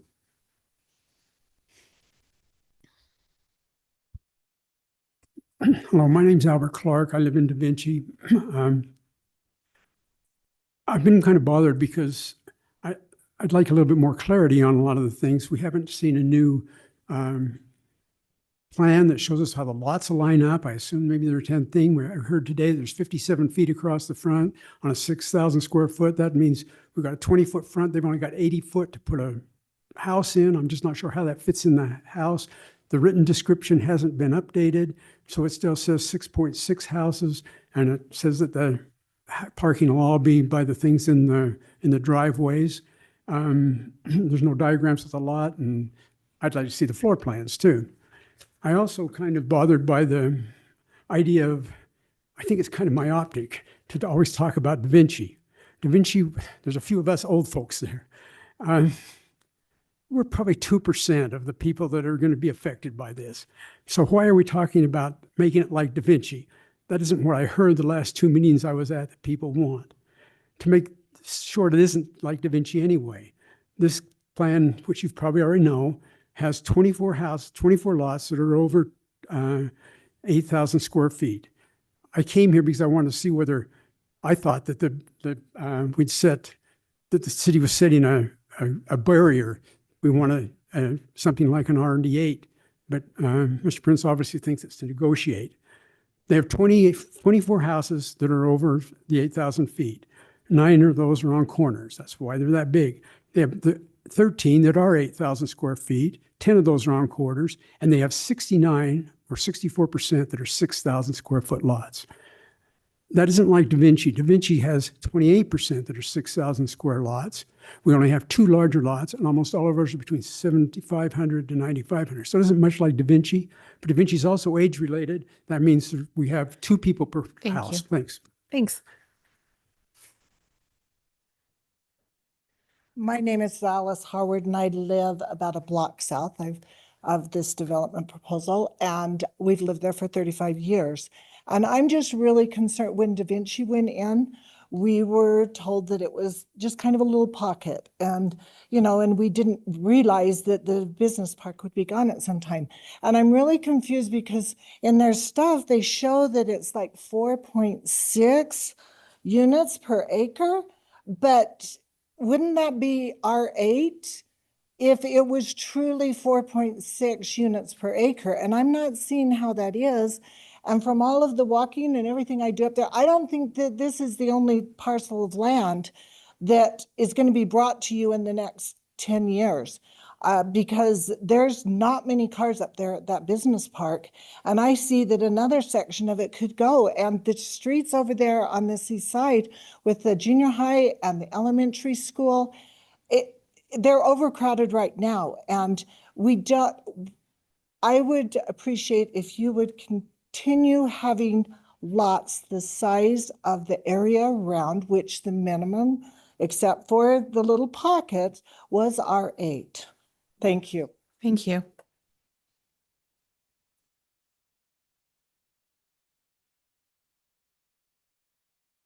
Hi guys, my name's Garrett Reese. I'm a resident right to the other side there. I'm really grateful for Byron because I feel like he did a good job trying to get us all informed, and so the comments aren't directed to him or TriPoint for that example, or for that matter. But firstly, vehemently disagree with another access point. Putting an access point up to the other side just creates traffic problems going around already congested roads getting up to 1,600. I think that makes zero sense. The traffic points are fine as they are. But secondly, I think the most important thing for me is when I looked at this, and since I talked to Byron the first time, what I can't understand is who does this benefit? And I'm not talking just the residents around it. I'm talking, it doesn't include housing for anybody that can afford homes below $800,000 to $900,000. So it doesn't solve that. It doesn't get us into more green space.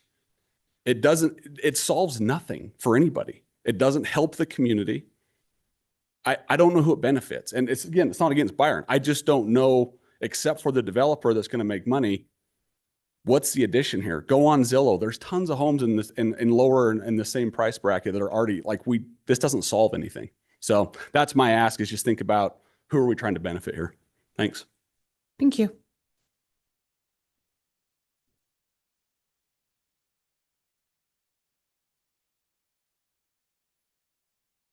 Okay, is there anyone else who would like to speak on the Canyon Park Tech Center proposal?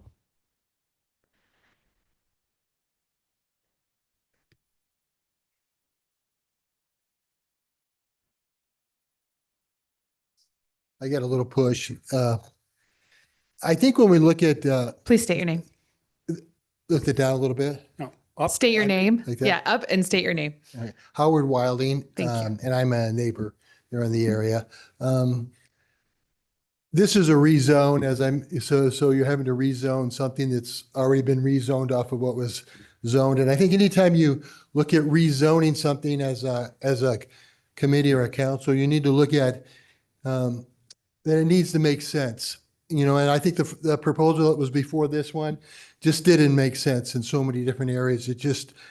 And if you look at this one, it doesn't really make sense either. And as far as I'm concerned, you have like 15, our lot lines, I think I don't know, as a builder, what are they, 30-foot rear setbacks? Here now you're giving a 15-foot setback. You're kind of squeezing the width a little bit. So the only thing you really do is put 2-story homes. And like it's been said, it encroaches with all these neighbors that have built beautiful homes that had the original zoning. Now all of a sudden it's changed, their whole life. And so I think you need to look at this. It doesn't really make sense as far as rezoning. As far as solving the other problems, that's not even really the issue. The issue is you're rezoning something and it needs to make sense. And as far as I can see by looking at just the information there, it doesn't make sense. It actually is trying to cram something into something with neighbors that were given other promises. And even when they built the business park, a lot of them, people had to make concessions because that was a major rezone. So I would seriously consider that you consider not rezoning it. Thank you. My name is Tani Merrill, and I live in Orem, just above 1600 North. At the last city council meeting, the developer asked, what would the city council accept as zoning? And the mayor said R8. And I don't feel like that request has been addressed by the developer. Thank you. Hi, my name is Diane Fraser, and I live on 1200 North, right across the street from the development. Right now, there's nothing there. Those buildings are empty. I've heard that there's problems with vandalism and stuff over there. Maybe it's not the most perfect thing that could go in there, but it certainly looks like a nice development to me. They did bring down the number of homes in the area. I think they've done a good faith attempt to make this work. And honestly, I'd rather see something go in there that's nice and not have those buildings sitting there empty and being, that they're taking as good care of them as they can, but they have no money and they're eventually going to have to probably give it up or something. So why not put something nice in there? And maybe it's not the most perfect thing, but it's not bad either. So thank you. Thank you. Hi, my name's Mackenzie Reese. I live in the Strawberry Fields development. And I just want to say, there's a lot of other business park land in this area. And so as you're talking about approval to change the zoning on this, I think it has implications potentially beyond just this one piece of land. And like a lot of people have already mentioned, with a lot of housing being built there, it's becoming an increasingly busy area. adding this development may not increase that busyness, to the point that it's substantially worse, but this allows for the door to be open for other developers when the Canyon Park development wants to sell more commercial property to build more residential homes. So what's established here is probably what will happen moving forward with other pieces of land in that area. And so I think it's really important to be cognizant of the density level and the access points here. In addition, I would say TriPoint's been great about giving us opportunities as residents to voice opinions. It sounds like other people in the area have asked for more green space and to preserve the tree area. At our meeting with Strawberry Fields, we also asked for that. And from the sounds of things, they've been non-responsive to that. So I think that's a big desire to keep some green space in the area that it doesn't look like they've offered a lot of space for. So again, I would just echo, what's the best for this area and for Orem, not just for this particular development, but for in the future, it's going to have huge implications. Thank you. Thank you.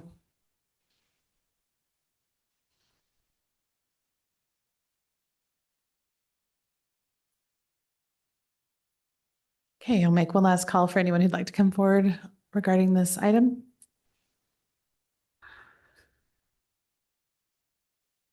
Okay. Then we will go ahead and close the public hearing portion of this meeting on this item. And then would the developer like 5 minutes to say anything following that? To address? Yeah, I'll take a minute or two to answer a few of the questions that were brought up. One of the questions was in regards to that west side, there's a berm, so the homes on the west side, the grade in between the homes and where the parking lot sits, there's a berm that rises up and comes down. But it comes up and comes down. So the grade or the elevation of that parking lot is not higher than the homes to the west. It's just the grade rises up with that berm and comes back down. And so the homes, that would be regraded. The homes will sit, the grade of the road and thus the grade and the finished elevation of those homes will be defined by 1200 because the new public road will come off at 1200 and it will be at that same grade. So the simple answer is those homes will sit at the same elevation as the homes to the west. In addition, there was concerns about the proximity of those homes to the homes to the west. We made them bigger. There's going to be more space. They won't be as close as they would have been with the original design. Interesting comments about value. I mean, most of the feedback we've received in the 5 hearings we've had is about, hey, we're worried about the prices of these homes and is it going to drag down our value? So it's interesting to hear now we're getting the opposite of like, the concern was that they weren't nice enough and you're going to drag down the value of our neighborhood. Now it's too, now you're going to make it too nice and you're going to make everything unaffordable. There's been a lot of analysis, third-party analysis that suggests that more housing stock produces affordability because the more homes you have, it unlocks availability. So residents that live in Orem could potentially buy a home here that unlocks the opportunity for somebody else to buy that home. And so TriPoint has never represented this as affordable housing. It's not. It's a housing stock and it's a community that will be very complementary to a lot of the neighborhoods in Orem. But more housing does help address the housing challenges, housing affordability, housing availability in any particular neighborhood. Question, concern about utility access and utility capacity. We started this process in February. And so we spent the first 3 to 4 months working with city staff on a more technical analysis to ensure that the city's public systems and private utility providers, that there's adequate capacity. So to answer that question, this isn't going to overload the city system. There's adequate culinary water, storm drain, sewer, dry utility capacity that is a non-issue. And that's something we worked through in a technical process with the city staff. I think that's it. Thanks so much. Thank you. Okay. So it comes to us now. It's time for our discussion and our thoughts and our questions back to other people from this. I do have one quick one for Taggart when we're kind of on the utilities side of it.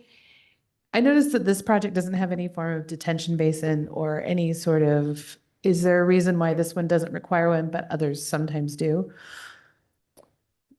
Yeah, it depends on the master plan where detention basins need to be placed to accommodate the stormwater. If there's not a system to tie into, then we look at a lot of different things, wellhead protection zones.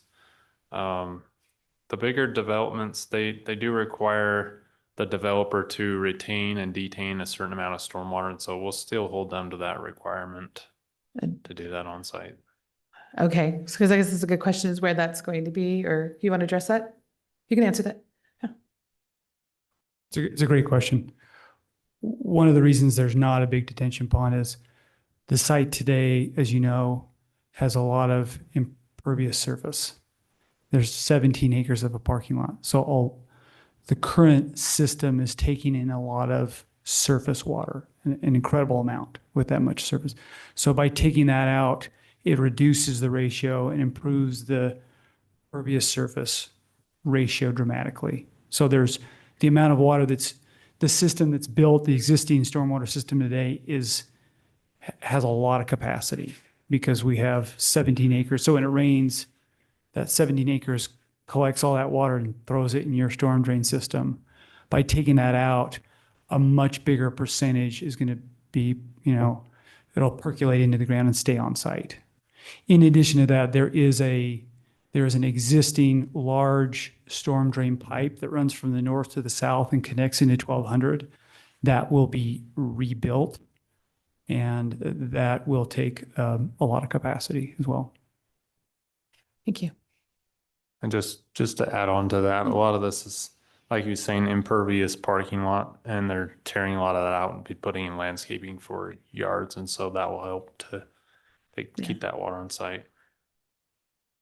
I guess I'm especially skittish after the rainstorm in August, and I was in that part of Orem when it happened. And I think we're all a little more aware of the need for, as more storms happen, as more things happen, how these things are gonna, because I've never seen any of those detention basins like along 8th or in that whole area filled before, and they were in seconds. I mean, it was fast. And so I just bringing that up because I think it is a concern and something we're thinking about. So, okay. Any other questions from the Planning Commission or thoughts? We can start discussing. I do have a question.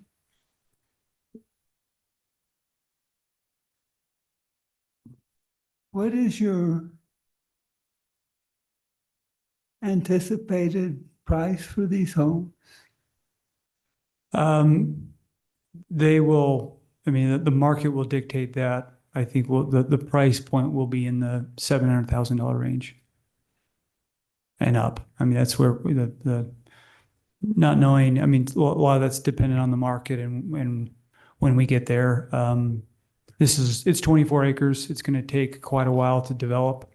One of the unique elements of this site is there's a lot of demolition and redevelopment. We got to demolish 2 buildings and a big parking lot, and so that's going to take some time.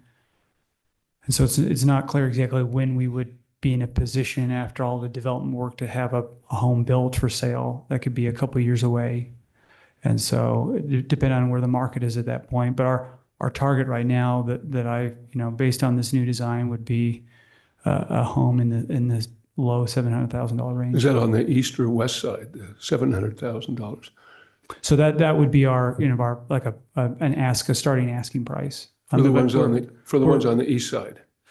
Don't have that yet. We're still in land use process. To address, I should have said this, Madam Chair, to your question, and as an education to the residents here. I mean, this is, if it goes from here to the council, in the event that the council approve this, there's still a significant amount of work for us to do. And we haven't designed the subdivision yet. We haven't done any of that. I mean, we've got to go through a full preliminary plat and then a final plat design. That's a lot of work. And so as it relates to stormwater system design, in the event this was approved and the land use was changed, we still have to comply with all the city development standards. And so that we still have to comply with all those technical requirements. So there may end up being a situation where we've got to have a bond. I mean, that could be the case. And so I say that just because there's still a lot of work for us to do way before we get to the point where we say, okay, here's exactly, materials, labor. It's a dynamic market still. And that's improved a little bit in this Utah market as far as material costs and labor costs from where we were 12 to 18 months ago. So it's a little more sustainable, a little more predictable than it was, but still, is changing dramatically. So. And I think that's a good point and maybe we need to just clarify that this is the proposal. Or how set in stone is this in relations to what will become the site plan for this? They'll be held to the standards of the zone that they've proposed and the elevations and the text and the lots. They can't have any more lots. But if, as we get into the technical detail, because of some infrastructure issue like that, they could lose a few lots.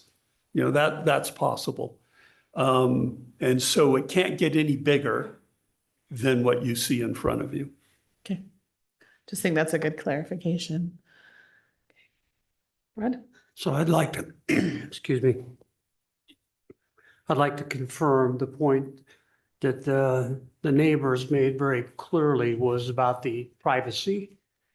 So in these elevation plans, that would be clearly articulated so that there would no longer be the 7.5% difference in grade. It'd be bulldozed, it'd be the same elevation as the lots behind the west side of the property.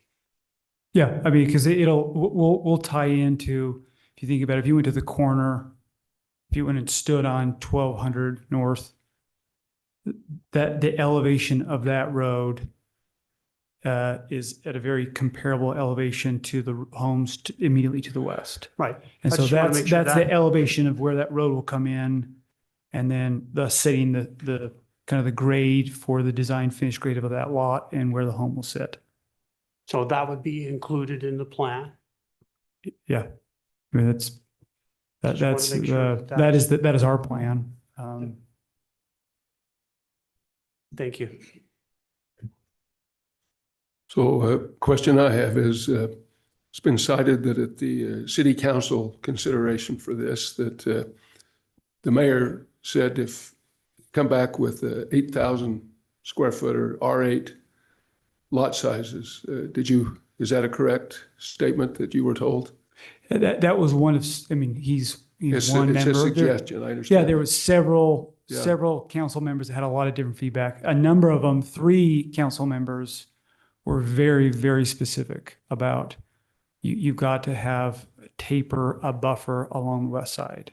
And so that was a big part of our redesign, was we can make them all the same size or have some diversity to accomplish that goal of a transition of having some large lots along that west side and tapering into. Why don't you make the lots larger through the whole place? Well, we have. But you've got, now I'm a little confused. So we went from 150 lots to 108. I understand, 108. Yeah. Mm-hmm. So we did make them bigger. But why not more? I just throw that question out. Let me ask this question as well, because an acre is about 44,000 square feet, I think 43,560 square feet. And you divide 4.6, that's how many homes you have. And that pencils out to be, 9,000 plus square feet. I don't quite understand. So you got to take into account the roads. Okay. And you got to take into the open space. So you lose about a quarter, a third of that square footage to roads. So the 4.6 per The acre. 4.6 is you just divide 108 divided by 23 I acres. understand. Yep, I got you. Okay. Yeah, Yeah, they're averaging out the lot I sizes to understand. get to the No. R8, which no. I'm not sure that's specific what we said last time we were here when Yeah. we indicated that, and No, like that was indicated in city council as well. So I mean, The mayor did give that feedback, and we looked at that, Yeah. and but there was more than 3 council members that said, hey, what we really want you to come back with when we talk about substantially different is Yeah. we don't want it all to be the same. We want a buffer on that west side, and we're okay with a transition into this, 6 to 7,000 square foot lot size in the east, because that's very comparable to what's across the street, in Strawberry and Da Vinci. And so we average out at 7,600 square feet. But so they're not all 8,000 square foot lots. I'd say it's a superior design because we have some diversity. So it won't be all the same lot and home size. The benefit you get is you get 19 large homes and large lots, a little more I'd say a superior streetscape to have a mix of lot and house sizes. But with the larger ones, you're also getting smaller ones. there's a whole number that are basically R6. Yeah.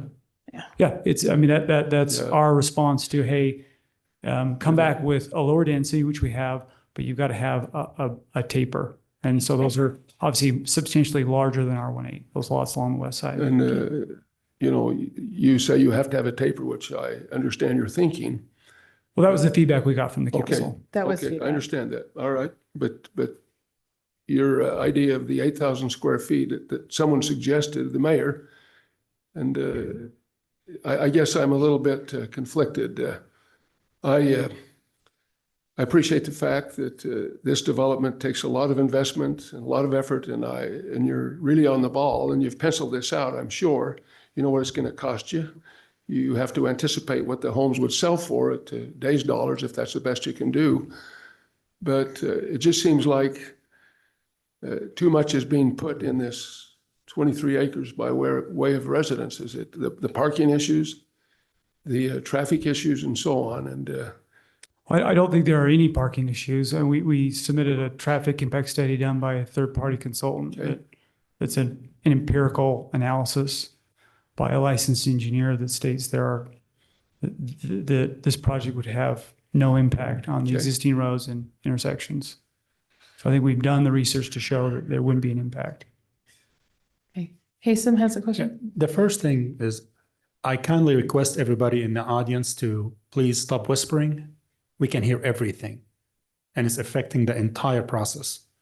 I really appreciate your cadence and how much better you're handling this than last time. Last time you were a little upset that you didn't get what you need to do, but there's nothing more frustrating to me than incomplete data or half represented truth. When you say 4.6 per acre, that's normally 9,700 square feet. You're over R8, we're good. That is not the case. That's one of the items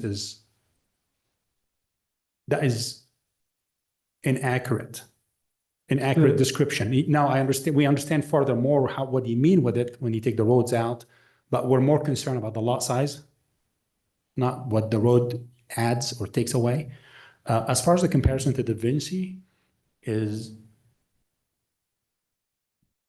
not a good comparison. That's a community of 65. They're over 7 years old plus. There are lot less cars. There are a lot less movement, and the lot size are larger.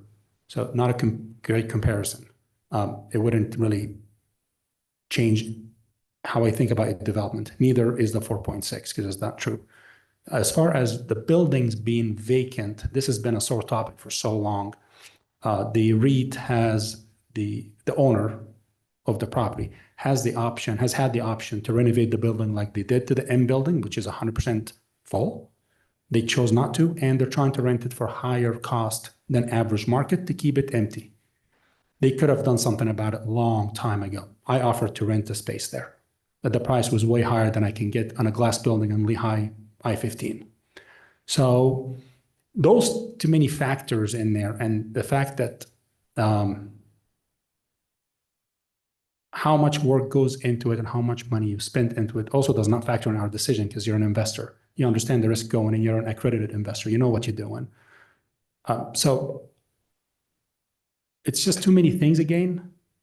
I want the development to happen. I would love for you to develop that property, and I'd love to add to the neighborhood, would love to add more homes. I don't care how much you ask for it. You can ask $2 million or somebody will buy it. Good for you. We just want it to be appealing. That's really the factor. And we want it to be presented with, I'm coming here at 6,000 square feet, 8,000 square feet, 10,000 square feet. This is what I'm presenting. This is the amount of lots. Asking for the moon and the skies and then, you know, hitting the clouds by, I'm going down from 155 to 108 also does not make us feel any different. Like, oh my gosh, you're losing that many lots. We really don't care. We want it to fit the neighborhood. We want it to have the neighbors agree to it. Our job is to preserve the neighborhood and what the citizens want. And you've done a great job packaging it. And I have to give you credit on how much communication you've given the resident, but it's still a little convoluted and just not, the energy of it is too distracting. Say that again. The energy of the whole thing is too The energy. distracting. It's just, but that's all what I want to say. I mean, I really honor your persistence and the way you're handling it. It's amazing. I think there's a little bit more to do to get it to where we see the space should look like. But thank you. Yeah, I appreciate the feedback. It's very helpful. Just to clarify, that 4.6, that is just taking it from the city staff calculates that density that way. They'll take the gross divided by the units, and so that's. We need to work with the city staff to calculate it minus roads and. In no way are we setbacks. trying to. We'll work with the city staff on recalculating that. So that's just following the lead on how that's calculated. I'm not trying to get tricky in any way. It's a simple calculation. That's a great feedback for us. Thank you so much. Thank you. Mike? So my biggest concern, I've never been in favor of redoing the office park. We don't have space to build another one. So I just don't see it's a good idea. It's like redeveloping the mall for housing. We can't build another mall either. So you lose the space. You just can't do those types of things, and the city needs diversity to thrive. We need office parks, we need industrial, we need all ranges of different zoning and stuff. So I've never been a fan of it. But my biggest problem with the project in general was setbacks. I think these are completely ridiculous.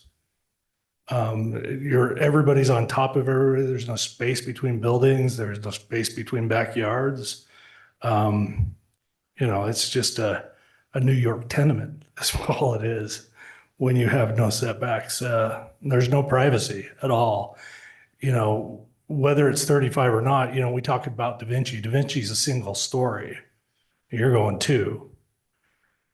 So it's definitely not a fair comparison. But yeah, I don't see it. We didn't adjust the setbacks. I don't think the parking's feasible.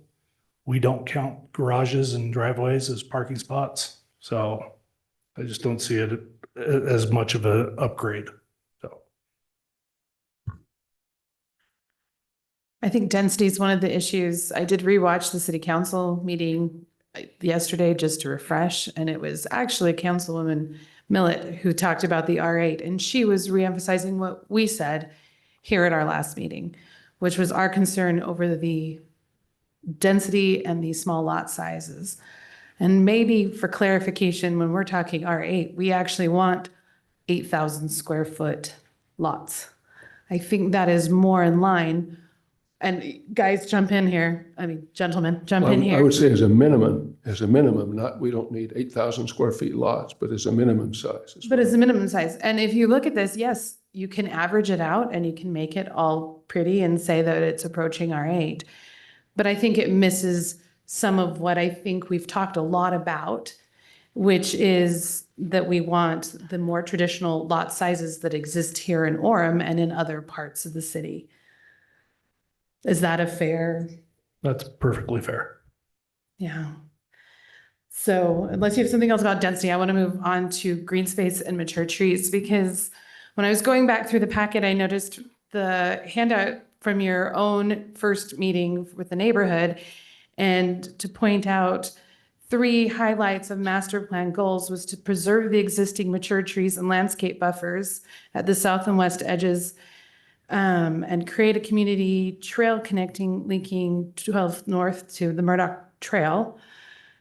And then there was one about also providing open space. And we've heard, again, between this, the city council, and our first time, the city council, and again tonight, it was brought up, is the preservation of the green space and the mature trees that are already on that lot. We lose that buffer, those trees. I'm not talking the ones in the middle of the parking lot. I'm talking about along the edges. We lose the ability to connect 12th North with the Murdoch Canal. We lose a lot of environmental impact from losing all those trees. There is an effect, in addition to the community nature, the connecting, and those aspects of it. So one of the questions that has kept coming up for me is why, when everyone has talked about it in your own first neighborhood meeting, that's what you said, and you kind of had a proposal that kind of looked that way, and then it has never been in the plan since. And so I felt like when we brought this up at the last meeting, there was some insinuation that the people walking that trail were trespassing when they've been literally walking that trail for 30 to 40 years. And I think it's a legitimate concern, because we know Orem's built out. We know we have a lot of space, and here we literally have a little spot of green that would be a nice connector up to the Murdoch Canal that's up above and through this community too as well. So I'm curious what your response is regarding the berm and the elimination of the trees, when I guess it sounded like it was something that you had proposed originally, and where we've gotten to today.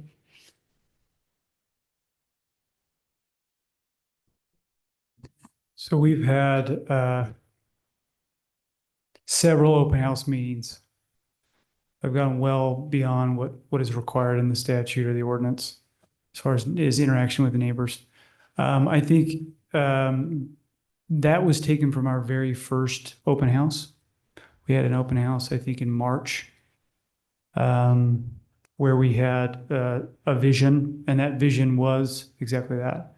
But it had about 200 housing units on the site, and it was clustered in the middle with bigger homes along the outside. That was preserving that berm with a park, and that was the vision. But it was, hey, we'll preserve some of these existing conditions in exchange to cluster the density in the middle. And overwhelmingly, the feedback we got was attached housing is a non-starter. And we care about the berm or the trees, but not enough. And we're more concerned about making this a traditional subdivision with traditional homes that face a public road. And that's where the design went. And that wasn't one meeting, that was like 7 meetings.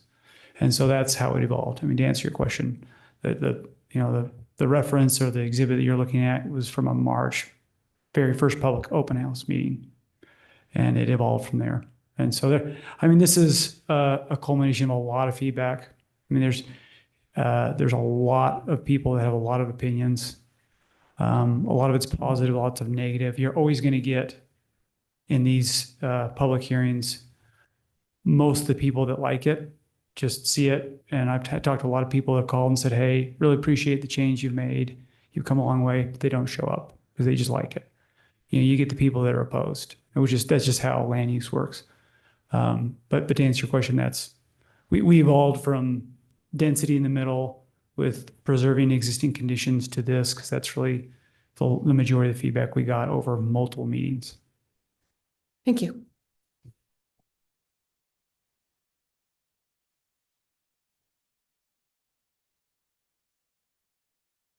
Ma'am? Just ask a question. Are we okay? I guess you can come up and ask a question. You need to come to the mic, Mayor Rhodes. I'm not trying to make a comment, just a question to you. Oh, to me? All of you. Okay, I was like, just ask. So could the Planning Commission have a discussion on access, the possibility of a third access point on the east side. Okay. Thank you. Yes. Before you leave, can you state your name? Oh. Richard Brunst. Yes, that is also something else that has come up that we probably should address, which is whether or not there needs to be another. I'm assuming that it has been reviewed by our city for ingress and egress and Yeah, I think part of that, you could look at it in two ways. Some people might look at this and say, I really like the privacy of getting back in there. Some might come and say, I want to cut through this neighborhood, so I'm going to go through there. So as far as the traffic study and what that shows from Hills Engineering is that it meets all the criteria, the level of service, that it works. So you could punch an entrance in. Typically, you want to line those up with streets across from an existing intersection to make it safer. So we'll look at that and analyze that, but it's really, some of it comes down to preference or traffic flow, but based on the fire code and meeting all those requirements, this does meet that. okay. And I've also wondered about this, and I brought this up, I believe, last time, is that this is one part of the Canyon Park, Tech Park, and what is going to be the evolution and looking at it in a more holistic place. And I think some of those questions about access and whether or not there should be access, I think comes as to what's really the long-term future of the rest of it. And are we just trying to block off the residential so it doesn't connect any further, so it stays Tech Park? Or are we looking at this and saying, well, this really is just the first phase, and what we do here affects what the next chunk will be and what the next chunk will be. And that is a concern with me. I brought it up on a number of projects, is that sometimes we so myopically focus down on this is what's being presented, but not what is the long-term impact around what we have. Jim, do you? Well, it's been commented here that the traffic on 1600 North at that location here, ever how far east it is heavy right now.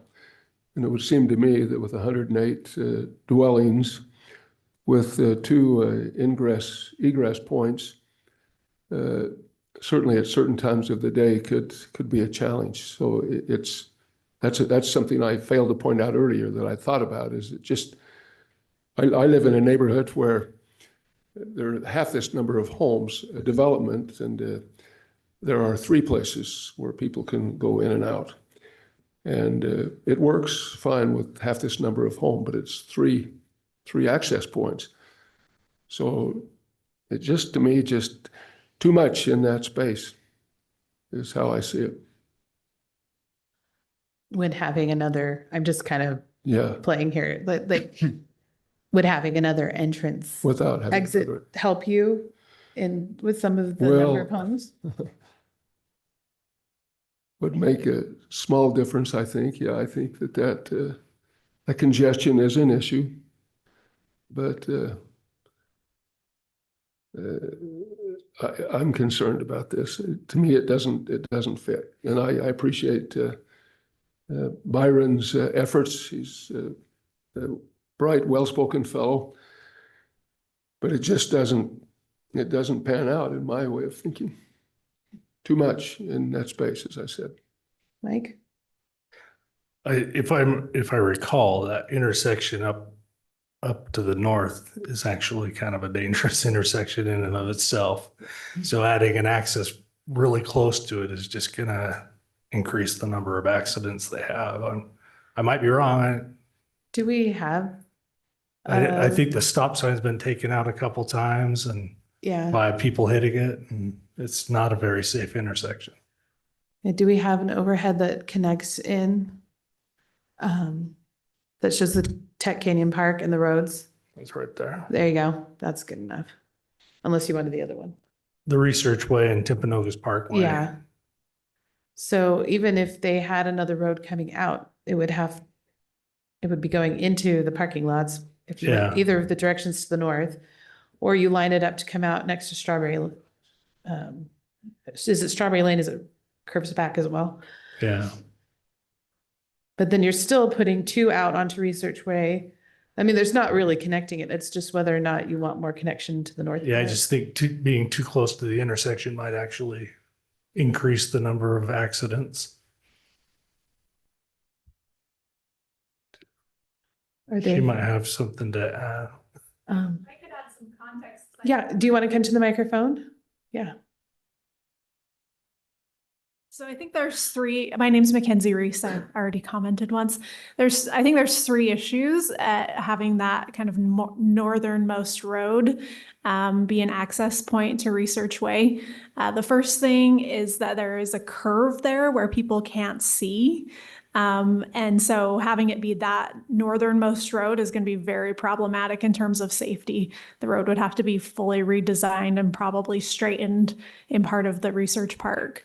Second thing is that there's a parking lot to the building just north of there that will kind of V in so that they're turning into each other if that's straightened out. So that's dangerous. And then just I know in a previous meeting with Byron, he pointed out that, and I think this was mentioned a minute ago, that roads should be across from each other in the cross points, and there's not really a good place for that.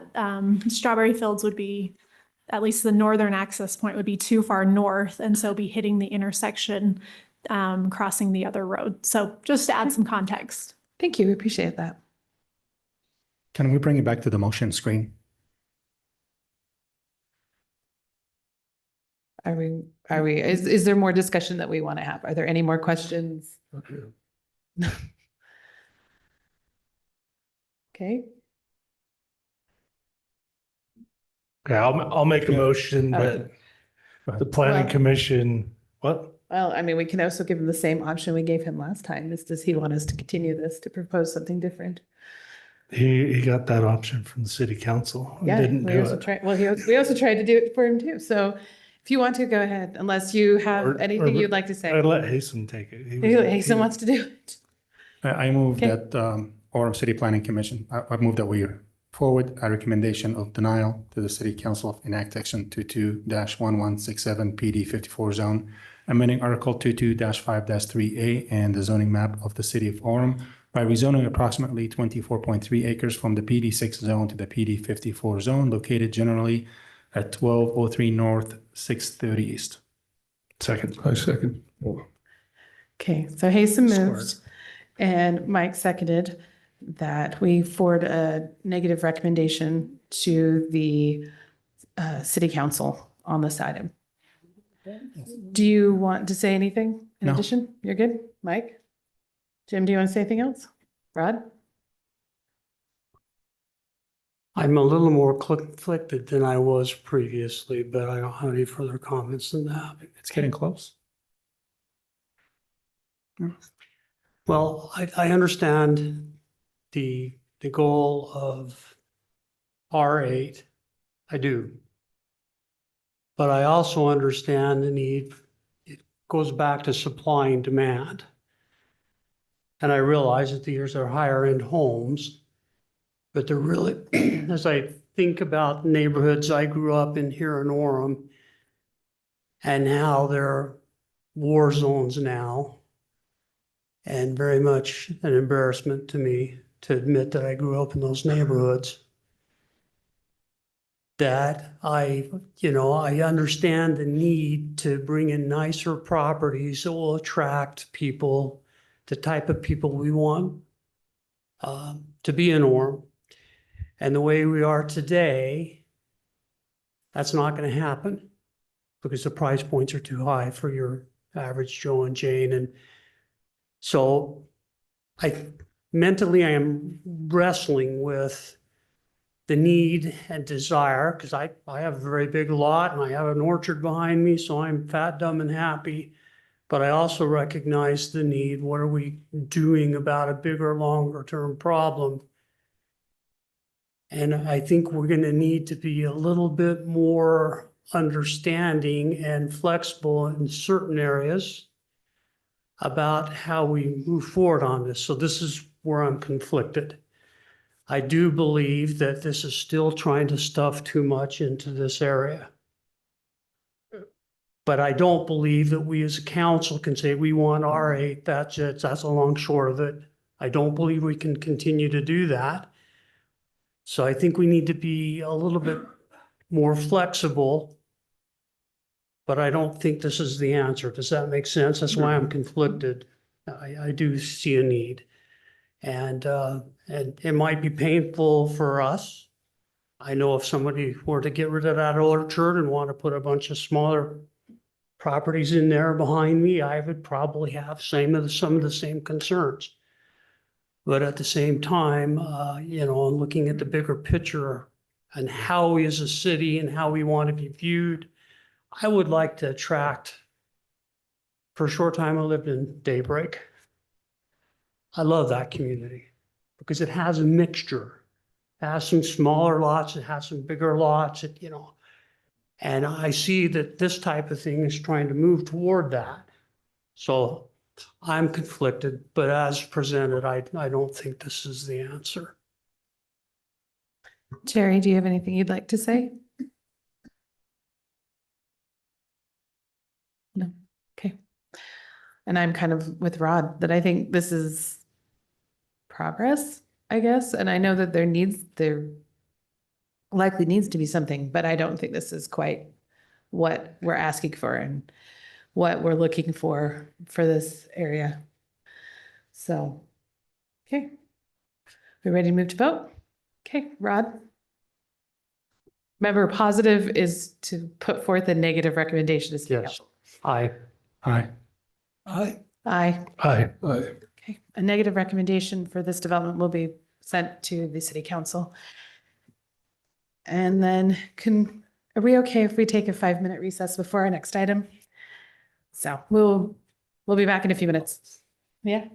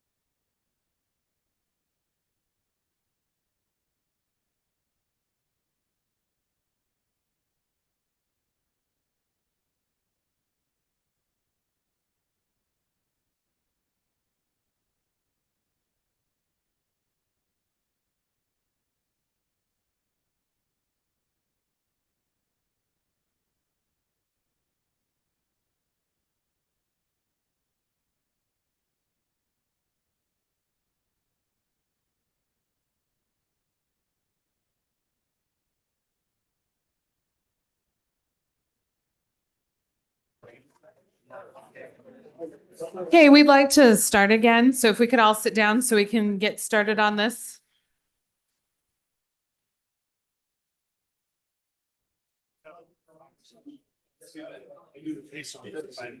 Yo.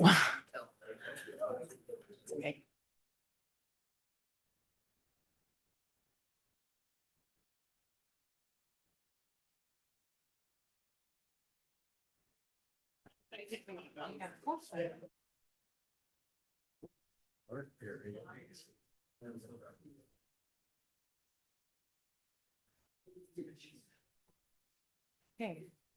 Then I will turn on my mic and then we will begin item 4.2, which is a public hearing on the Whitestone Estates. It's amending Article 22-5-3A in the zoning map of the city of Orem by rezoning the property located generally at 710 West, 2000 South from OS 5 zone to PRD zone, approximately 14.18 acres, and amending Appendix KK of the Orem City Code. We will begin with a presentation from Matt. Thank you, Commission. Without repeating what you just said, this property is approximately at 710 West, 2000 South. That is commonly referred to as, oh gosh, yes, thank you, Wilkerson Farm. It's getting late. Wilkerson Farm, they are an active working farm, plus also permitted as agritainment use on the site. 2000 South is on the south side of that.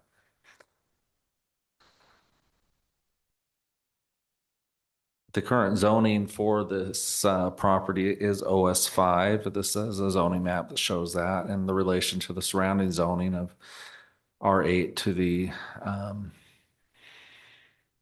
west there, and another PRD, which has not been built to the west there. We have industrial space in the train tracks to the east. The proposed zoning, as mentioned, is a PRD zone.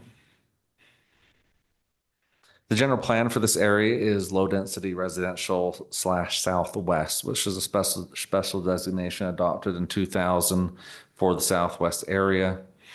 The general plan describes the language behind that general plan amendment, allowing for PRDs and the associated higher densities surrounding PRDs. This is the developer site plan.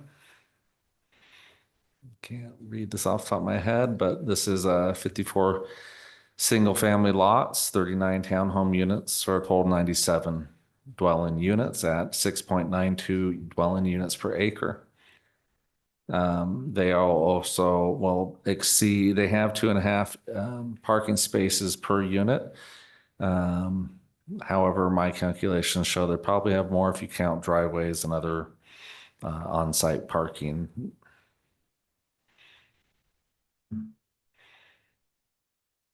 And then as part of a PRD, you're required to have concept plan elevations. And so these are 2 basic elevations that they have for the project for the single family home product. And then they also have a series of townhomes that line the east side of the property. And this is the basic concept of that. They have sample material boards. These would go into Appendix KK. And these would continue to regulate the project moving forward, including the site plan. As we've mentioned before, you have options on a legislative rezone to recommend approval or recommend denial or continue for more information and further public comment. So we've also included some draft motions in your packet. Hopefully those will be helpful for you to just read that into the record when you're ready to make a motion. And with that, I would propose that we turn this over to the developer. Okay. Unless you have any further questions of me. Any questions for? Okay. Thanks. And I also need to excuse Commissioner Haysom, who has left for the evening. And then is the developer, would you like to come forward and begin? And if I can make one note, there was an error in the staff report. There was some old boilerplate language from a former report about the neighborhood meeting. Okay. And we have corrected that. So just for the public record, there were 159 property owners notified and 22 people did attend the neighborhood meeting. Okay, thank you. Thank you. Hi, my name is Julie Smith. I am the applicant for the project. We have Nate and Jake Horan here as the owners of Keystone Construction, who will be the owners of the project. And we have Roger Dudley with Dudley and Associates, our civil engineer, also here to help answer questions. I'm excited to present this project to you. The staff has done a great job making sure that all the requirements for the PRD zone have been met. As Matt said, we're proposing a planned residential development on the site, which allows for diverse housing with additional standards that a standard subdivision would not have. Also, it helps with the housing demand with less impact that apartments would. And hopefully this is a bonus. It's adjacent to Provo, which is just on the other side of 2000 South.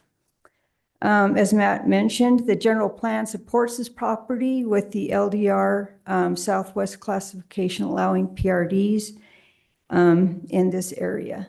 The project consists of single-family homes and townhomes. The townhomes are being located against the railroad tracks as a buffer, and the single-family homes on the remainder of the property. There are no accessory units allowed in the PRD zone. All the streets will be public.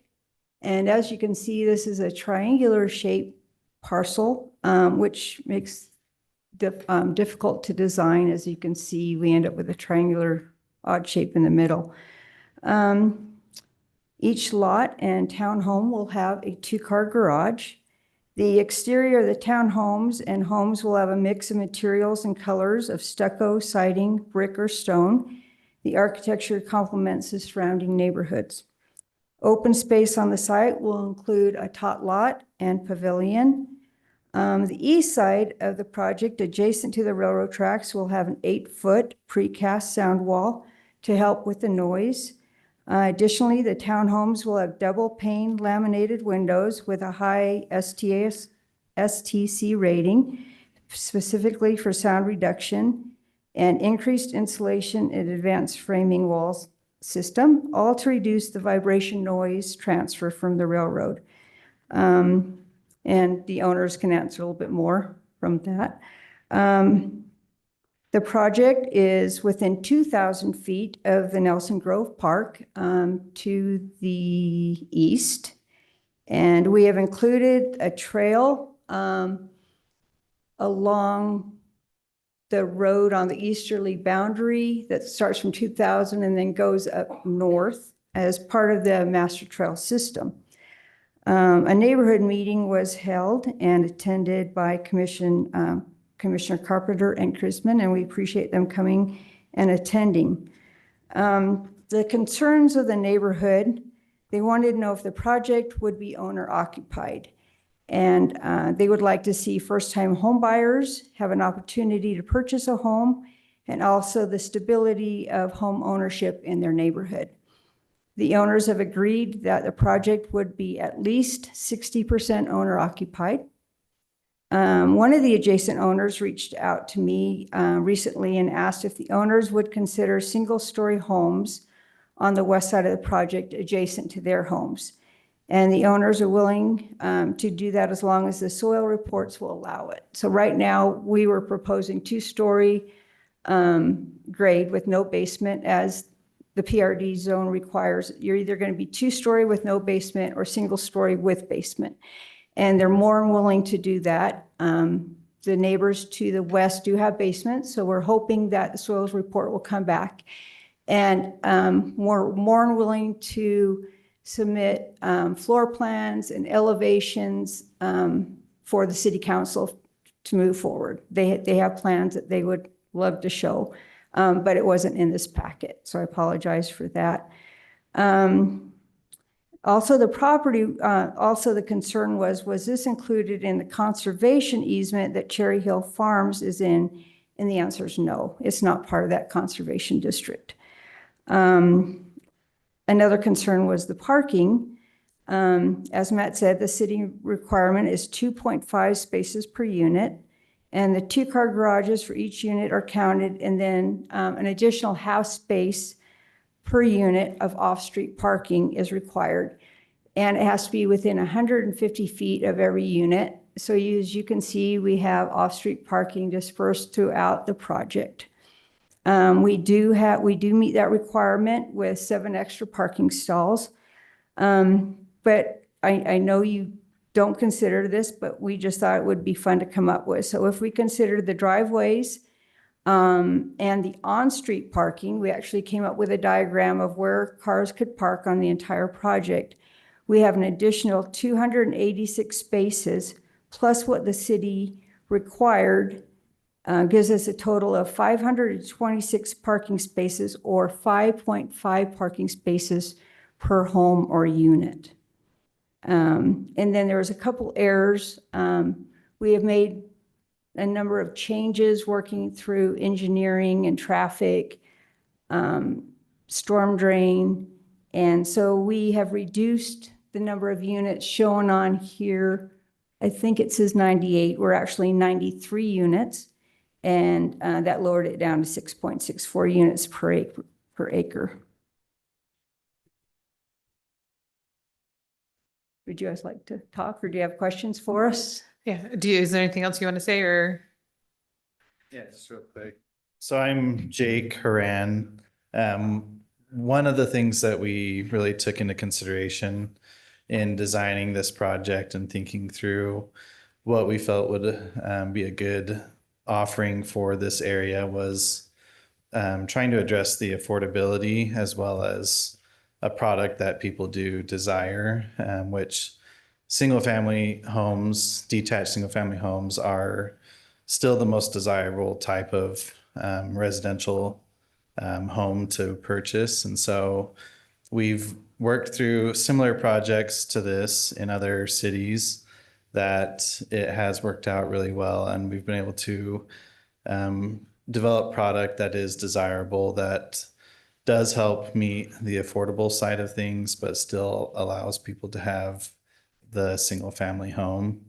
In terms of the townhomes along the east side of the project, it does allow for a good buffer along the train tracks, in both helping to shield some of the view of the tracks as well as the sound from the train as well. The townhome that we have in the packet is one that we've built in several projects. It's a very aesthetically appealing townhome, as well as lays out really well. So the buyers do really like that product. In terms of price point, we would target probably the mid 500s for the single family, and then the low to mid 400s on the townhomes. So we do try and focus in on making that a product that is achievable for people, especially with where interest rates and costs are today. And that's something that, in terms of a density calc on a project, is something that we also take into account, where obviously the larger the lot, then it does translate into the price of the home. And so that's where having a little bit smaller lot does help significantly in what then the buyers can afford. With this product, it still does give them a private backyard. You still have your full size driveway in the front. That's a very traditional front streetscape for the community. So it does lay out really well and lends to a very aesthetically appealing project. So that's kind of some of the thought and reasoning behind this layout and this product. So I have a question, if I may. I was going to say thank you. Sure. Yes, you may. Oh, thank you. Thank you. Now you can. What is the average lot size for, this seems to, the density seems to be an average again. So what is the average lot size for the single family detached homes? Yeah, right around 5,000. We have kind of a mix of two different lot sizes in the project. One that's a little bit wider to allow third car garage homes, as well as some that are a little bit narrower for just a traditional 2-car garage. What are the setbacks between the buildings and the front and back of the property? I would probably ask either Julie or Robert. I know that was a concern on the last project. So on this one, we have a 25-foot setback around the perimeter, and our units are within that. I think we're like 30 feet. So our units are, the requirement is 25 and we're exceeding that setback. So we're a little bit further than that. And then between units, I believe we're 5 feet on each side, so a 10-foot side yard setback. On corner lots, obviously you're larger.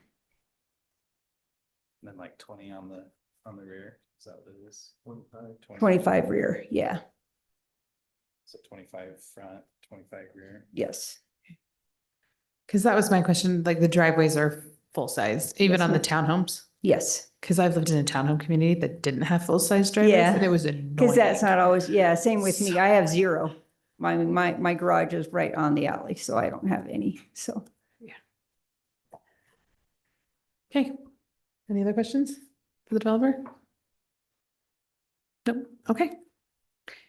Then we will move to the public hearing portion. I was asked in advance, there is a spokesman for the neighborhood and we'll have them come forward and they will speak a little longer, but they're speaking for a number of people and have her speak. And then we're going to do 2 minutes again. After her, we'll get, Oh, for her. oh, yeah, 4 or 5. Yeah. I'm fine with 5. Really quickly, I do have some pictures that I would love to share with your permission, just to pass around as I'm talking. To the commission? To the commission, if Yes. that's okay. Great. And then after that, it'll be 2 minutes for anyone who would like to come up and speak. My name is Sydney Dameron. I live just west of the proposed development in the Payton's Crossing development. And I'm just going to read this letter that many of us have contributed to.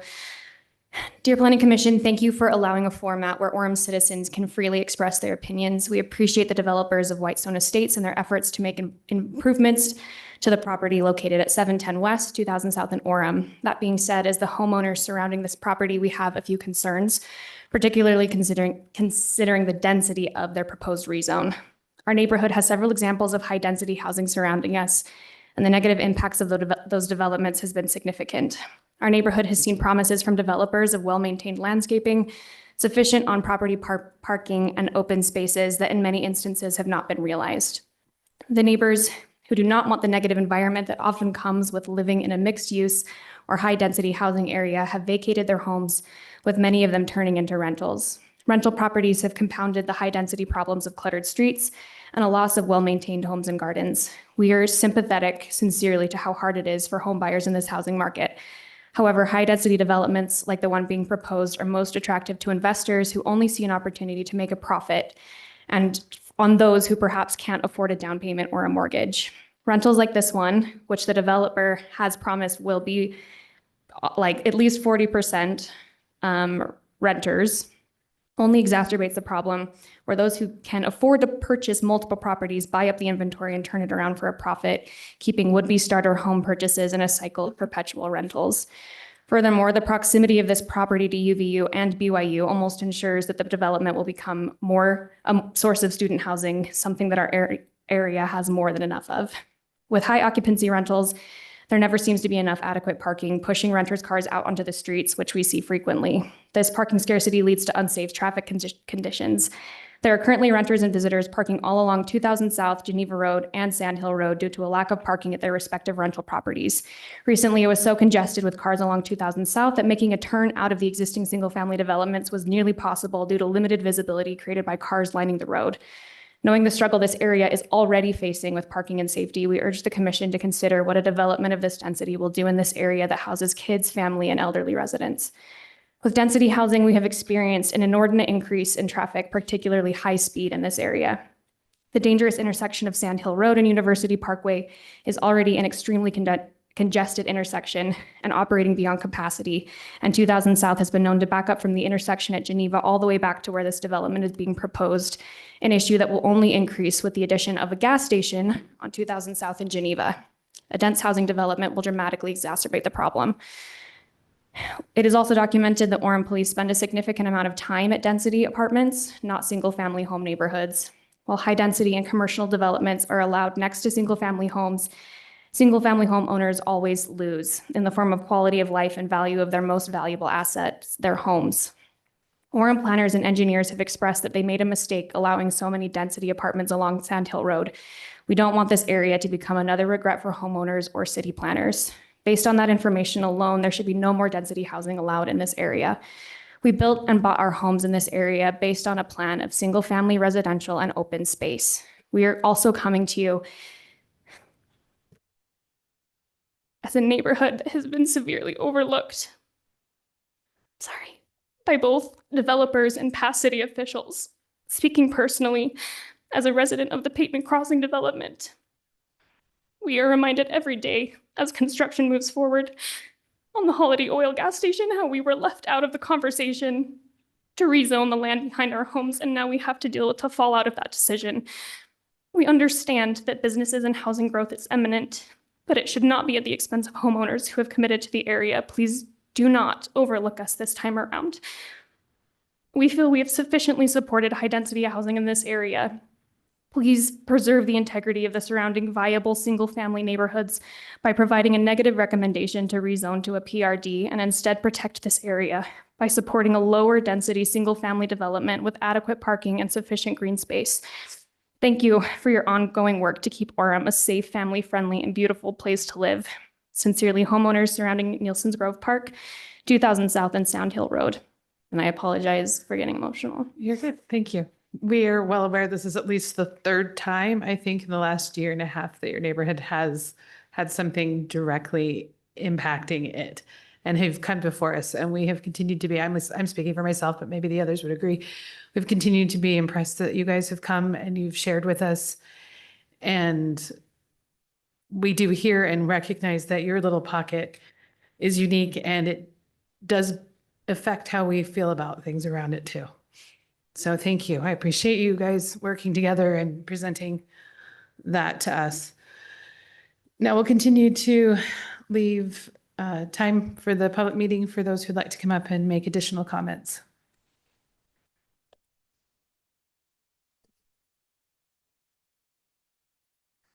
I'm Linda Brown. We live on 2000 South. Some of you may have watched the television program American Greed, and I think that's what we're seeing here, American greed. I think the Wilkersons are being thrown under the bus. This property was initially set up as a charitable enterprise, and I'm not sure what's happening now that they're willing to sell it and turn it into housing, but I think the Wilkersons are absolutely being kicked around. Wilkersons have developed the farm. They've added things to it every year. They take good care of it. And it has been a really fun venue. Hundreds of kids come to the farm. They come in with families. Teenagers come in groups. They come in buses. And this is just an absolutely wonderful farm.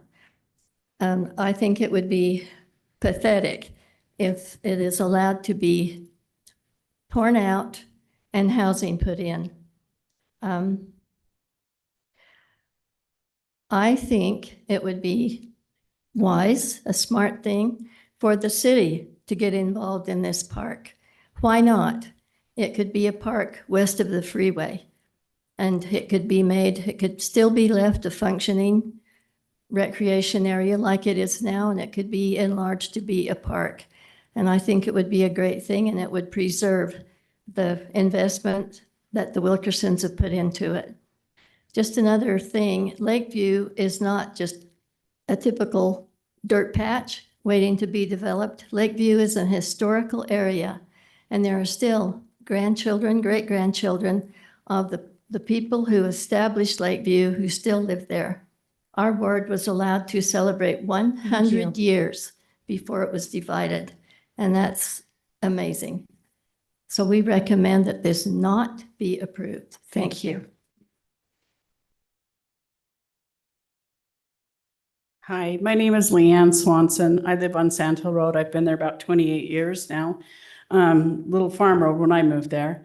But anyway, I'm against any new development in our area whatsoever until we address the traffic issues down there. The traffic is horrendous.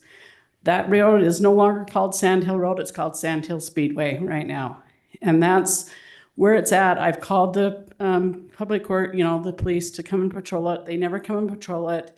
Can't get out of our driveways. They did talk about, I'm right between all the big apartments and everything down there. And all the parking is on the street now, when they promised that they'd have parking sufficient for all those people that live there, which is not true. It's never happened. They park up in the neighborhoods, they park everywhere on that road. So we need to address the traffic down there first before we start developing anything down that way. We are the thoroughfare for Provo City right now and always have been, and they need to address it. They need to put some kind of Provo needs an exit for their people. And and like they said about the down by the Walmart and stuff, it's horrendous down there. And so I'm for development, but we need to address traffic issues first. Thank you. Thank you.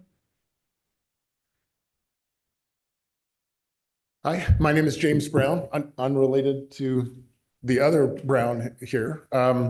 So I live on 2000 South, just east of the freeway, so probably 3 or 4 blocks from this development. There are a number of problems in this area. Leanne just talked about the traffic in this area. I have literally spent minutes, multiple minutes in my driveway attempting to back out onto 2000 South. There is way too much traffic in this area already, and this is going to make it 1,000 times worse. Every one of those townhouses, despite anything these people tell you, every one of those townhouses is going to have 6 UVU students in it on the day those things open. It is going to be a nightmare over there trying to get in and out. So I strongly encourage you not to approve this. This is an R8 area. If we're going to build houses there, let's build R8 houses, like the houses immediately next to it, like all the houses on the other side of the freeway. Why are we suddenly going to allow even more high density housing here? We have Running Horse. We have all these other condos already going in. We don't need more high density housing. We need Family City USA, R8 houses, single family houses with enough street parking, with normal houses for everyone else. Please, please, please do not do this to our neighborhood again. I appreciate it. Thank you. Thank you. My name is Lorraine Brown. I'm his wife. I have the similar situation, of course, getting out of my driveway as well. But what I would like to point out is, once again, with the Wilkerson Farm has been quite a good thing for our neighborhood, a wonderful thing for the elementary schools to be able to go to, and for families to be able to go to and visit. I don't know this process. I just wanted to say that this agricultural area has been excellent and we don't want it to go away. Thank you. Thank you. Hi, my name is Trisha Nelson. I was born and raised in Orem and then got married, moved away, and then decided to come back with my 4 kids. So I've lived here now for 10 years again. But I'm also the president and owner of the land adjacent at Utah Autism Academy. And we stood before you July of last year and had our PRD approved for our autism-friendly housing development. And what this does is it was actually called Farm Haven because we were told that the land adjacent would never be sold, that it would be farmland forever. And we were so excited about that opportunity. With this development, amongst many concerns, I'll keep it brief, but one concern is their access point to what would be our PRD is not on our PRD, so it landlocks what would be our PRD. And that's concerning for us because we would need an access point if that land were to ever be developed, which we've had to fully reconsider what we're doing with the recent sale of this property. So as you consider this and what decisions you make, please consider that there is a PRD zone that would be landlocked if the access weren't appropriately accessible to that PRD that we currently occupy. Thanks. Thank you.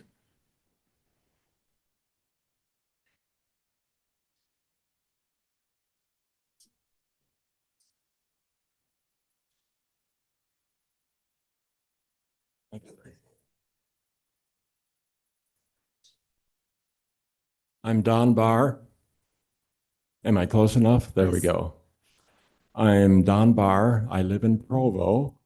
I live kitty corner from the light that has recently been installed on 2000. I live on Geneva Road. My children all went to Orem schools, and we are great supporters of Sarah. I have loved the Wilkerson area, and I must say, you've got to be kidding.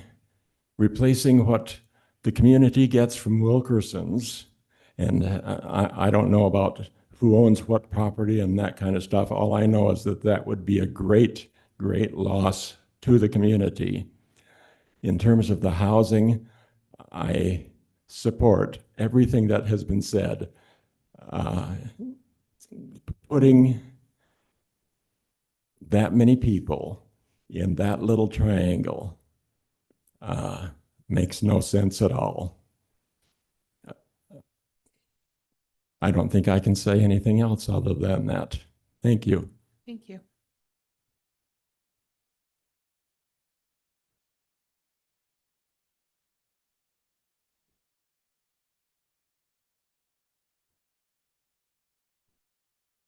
My name is Pamela Moose, and our property backs up to Wilkerson Farm.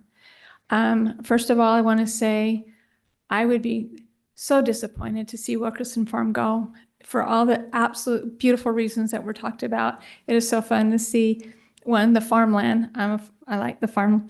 But the school, they just closed for the season, but they did. They had lots of school buses, lots of people come.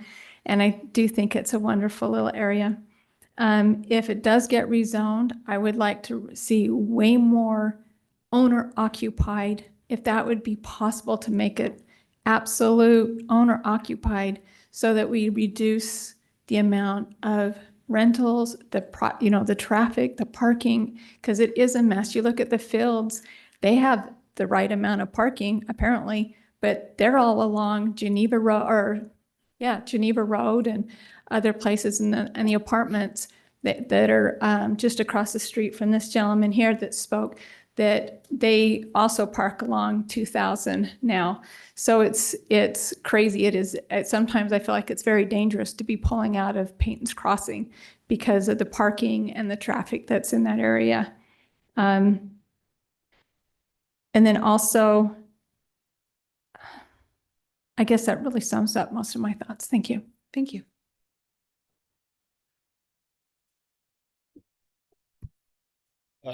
My name is Casey Backus. That is my backyard. Sorry. I put a lot of effort in building my home there and thinking that Wilkerson's was a charitable contribution and that it would be there for a very, very long time. That's what I kept hearing. And so when they proposed this, I was very shocked by it. I would request that you deny it, and hopefully we can come up with some solution to maybe keep it. I don't know if that's possible, but sorry. If that's possible to keep that as a charitable contribution, or somehow we can keep that as a mainstay of Orem, because seeing people go there and the smiles on their face, like my nieces and my family that go there and have a lot of fun and learn and grow, and then just even seeing it on the off season when it doesn't have anybody there, it's a pleasant sight to see. And when you cram houses into wherever it is, it's not a pleasant sight to see. And it's kind of like what you were saying earlier with the earlier development. It's like, we have housing, we're built out. We need to keep stuff that, that we can't build back. Can't build back the farm. Let's keep it. Thank you. Thank you.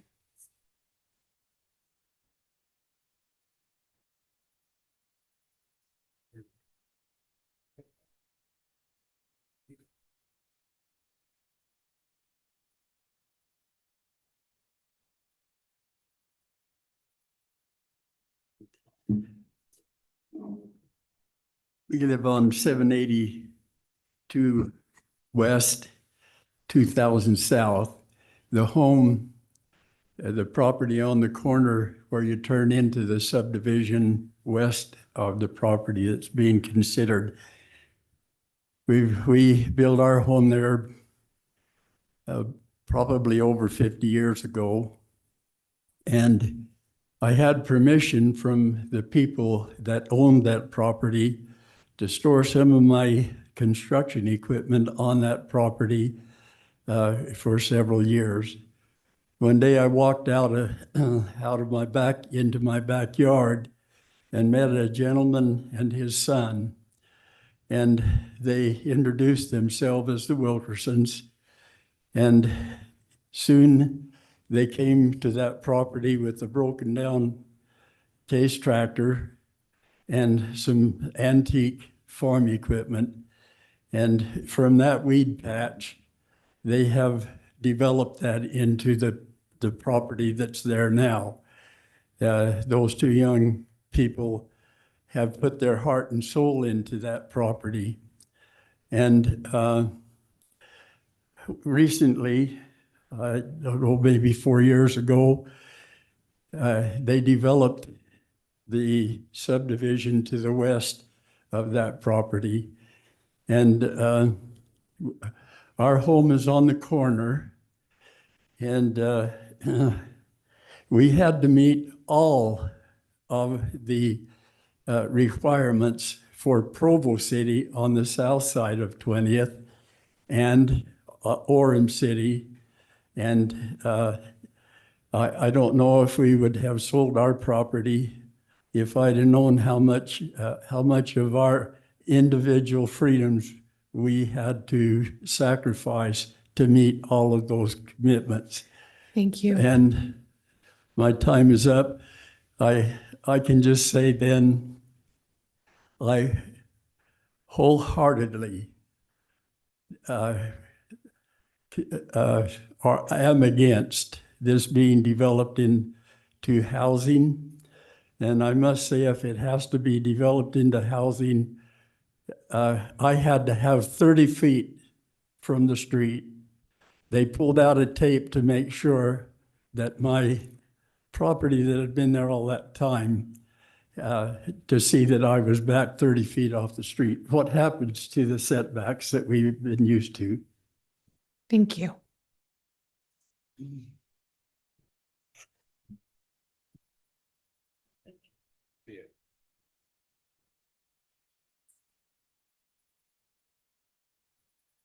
Hi, I'm Ryan McDougall. I back up to this farm, and I was referenced earlier as one that had reached out to Julie.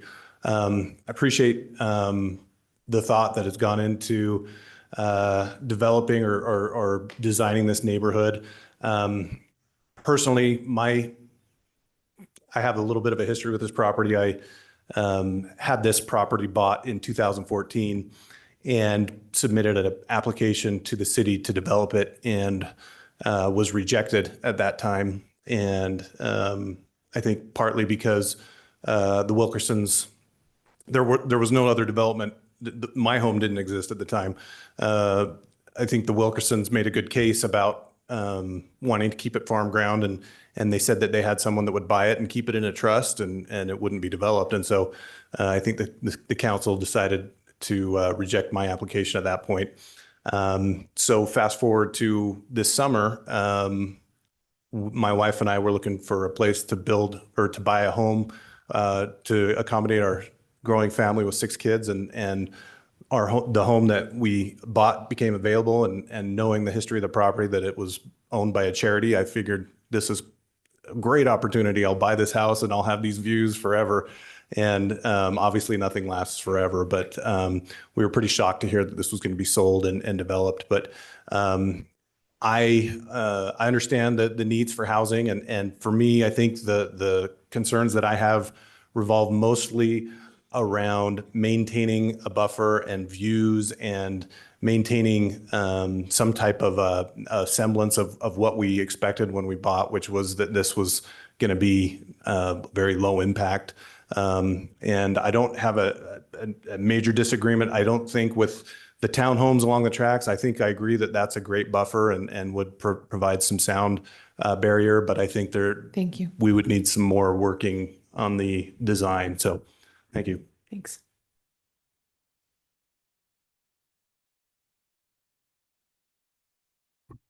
Hi, my name's Jill Backus.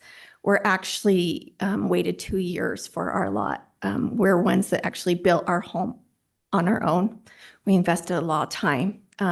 My biggest issue is definitely still the parking. I know we've talked about that, but with all that's been going on, I'll just give you a quick thing of something that happened to me. We've had so many cars parked into our driveway, and so getting out, you have to be much more careful. And there was even a time where the parking next to us, they were doing the garage. And so we had just an influx of tons and tons of people. So I was trying to get to my home and I was like, oh no, they have this blocked off. So I turned into the apartments to get to my house, and there was this guy there and he was like, you know, I'm going to prosecute you. And I said, okay, I'm so sorry. Like, I even had my husband show me like a different area, like there was no sign that said detour, like turn here, you know? And so I had him do that, but we're going to prosecute you if you turn in here. And I was just like, I've been so patient with your cars all up in my driveway, like sometimes even blocking us. And so that is my biggest worry, is more houses. Like if you could just drive along Geneva Road at night when everyone's home and see car to car to car to car, that's going to be our street. Like it already is. And then we're just adding to that. And they did mention something about like us being concerned about first-time home buyers. We want that, but that was actually them saying that. And our concern was that they're going to be bought by investors and then they're going to be rented out to college students, which we've seen on all sides of us. So that is my biggest concern, is just, it's a car lot, and it already is a car lot now. And so it's just going to continue if we let all those homes be there. I would like to see maybe something like the homes we have, even on a smaller level, but all those townhomes, it's just, those attracts college students. Thank you.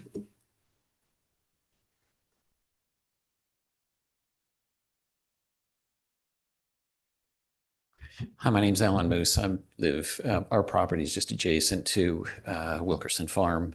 And so I am just going to repeat and largely what's been said already, but showing you that we care and we appreciate the recognition. This is the third time. We've only lived here 3.5 years, and to have a gas station, another development, and then this, it's a little bit of a challenge. It's not what we signed up for.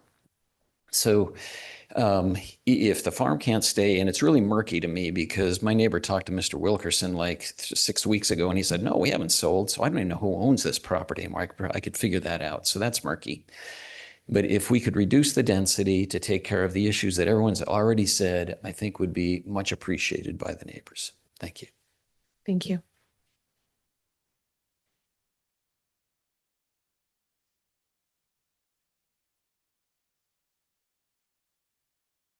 Hello, my name is Rachel Wilkerson. Just wanted to clear the air because obviously everybody's taken by surprise. We were also taken by surprise. We're stuck between a rock and a hard place. We have been so blessed and so grateful to have been leasing this property since 2010. We are still leasing this property as of November, whatever, but there is a sales contract with contingencies upon this type of approval process, right? So the land is still under contract. And it came as a surprise to us as well. We've been working with one individual for the last however many years. But beyond that, there's a board of directors, and the finance guys and the lawyer guys and all the people have their input about values of land changing and increasing. And maybe the question in their mind is how much good can be done with several $1 million versus keeping it as a farm, which maybe you guys don't know, but farms don't really make money.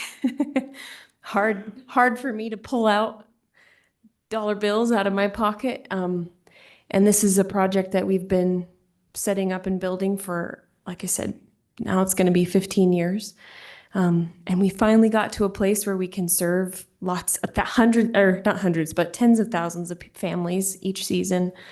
And so I just wanted to express to everybody that I'm grateful for their words of encouragement, but I just wanted to also let them know that we're stuck. We're not able to buy it ourselves for the type of offer that the developers can put up, but we are hopeful and looking into options to put up an offer as far as a conservation easement of some sort. If there's a way that we publicly benefit the community, we're trying to look for a way to do just that. Thank you.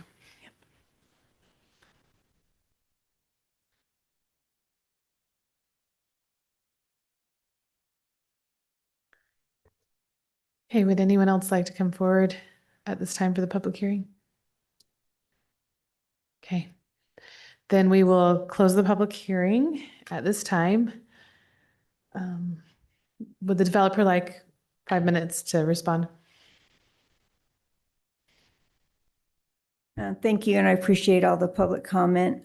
Just a couple thoughts. It's been mentioned that this is high-density residential. It's not. It's low-density residential. High density would be the apartments with 20, 30, 40 units per acre, and we're way below that. So this is a low-density residential, and it is in the general, it is consistent with the general plan. I appreciate the Wilkinson family coming up and clearing that up about it.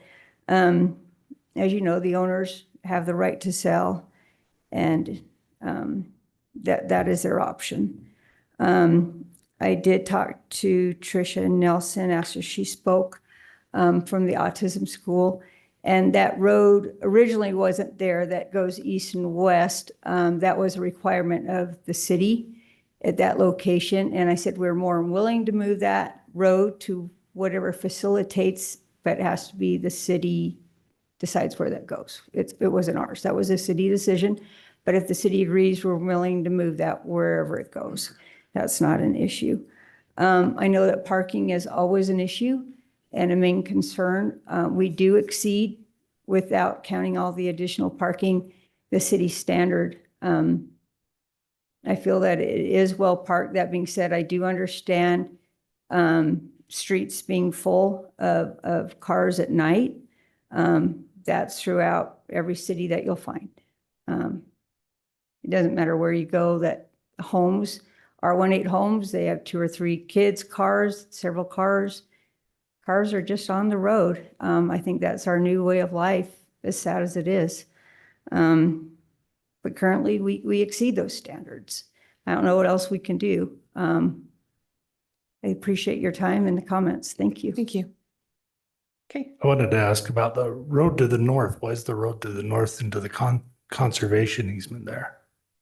Again, a city requirement. So both of them? Yeah, both of those are city requirements. Our Okay. original plan did not have that going north. That is for future development. If that ever changes, and the road to the west, that was also a city requirement. So that what you see here was not our original layout. It has evolved from city comments. Why would we have that into the conservation easement? I can follow up with you on that. I'm not sure when that decision was made. I wasn't involved with that. For the Yeah, I road or was- for the, oh, sorry. Good. I was not involved in that conversation or decision, but conservation easements are perpetual until they are renegotiated. So there is a possibility in the future that the conservation easement could be removed and then development happens. So that'd be one purpose. I could speculate that engineering maybe had a discussion on that with Julie and her team. I'm sure it had to do with future development in that area looping back around to Geneva Road, but not sure exactly when that decision was made.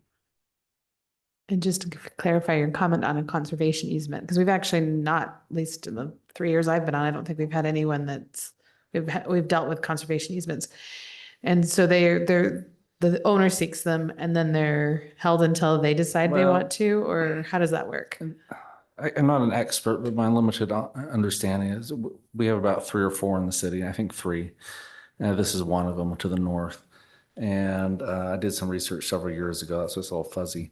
But there is ability. So when you do a conservation easement, you put the easement in the hands of a third party to manage that easement, right? And then there's different tax benefits and stuff. That's where the incentive comes from the federal government to help these things exist.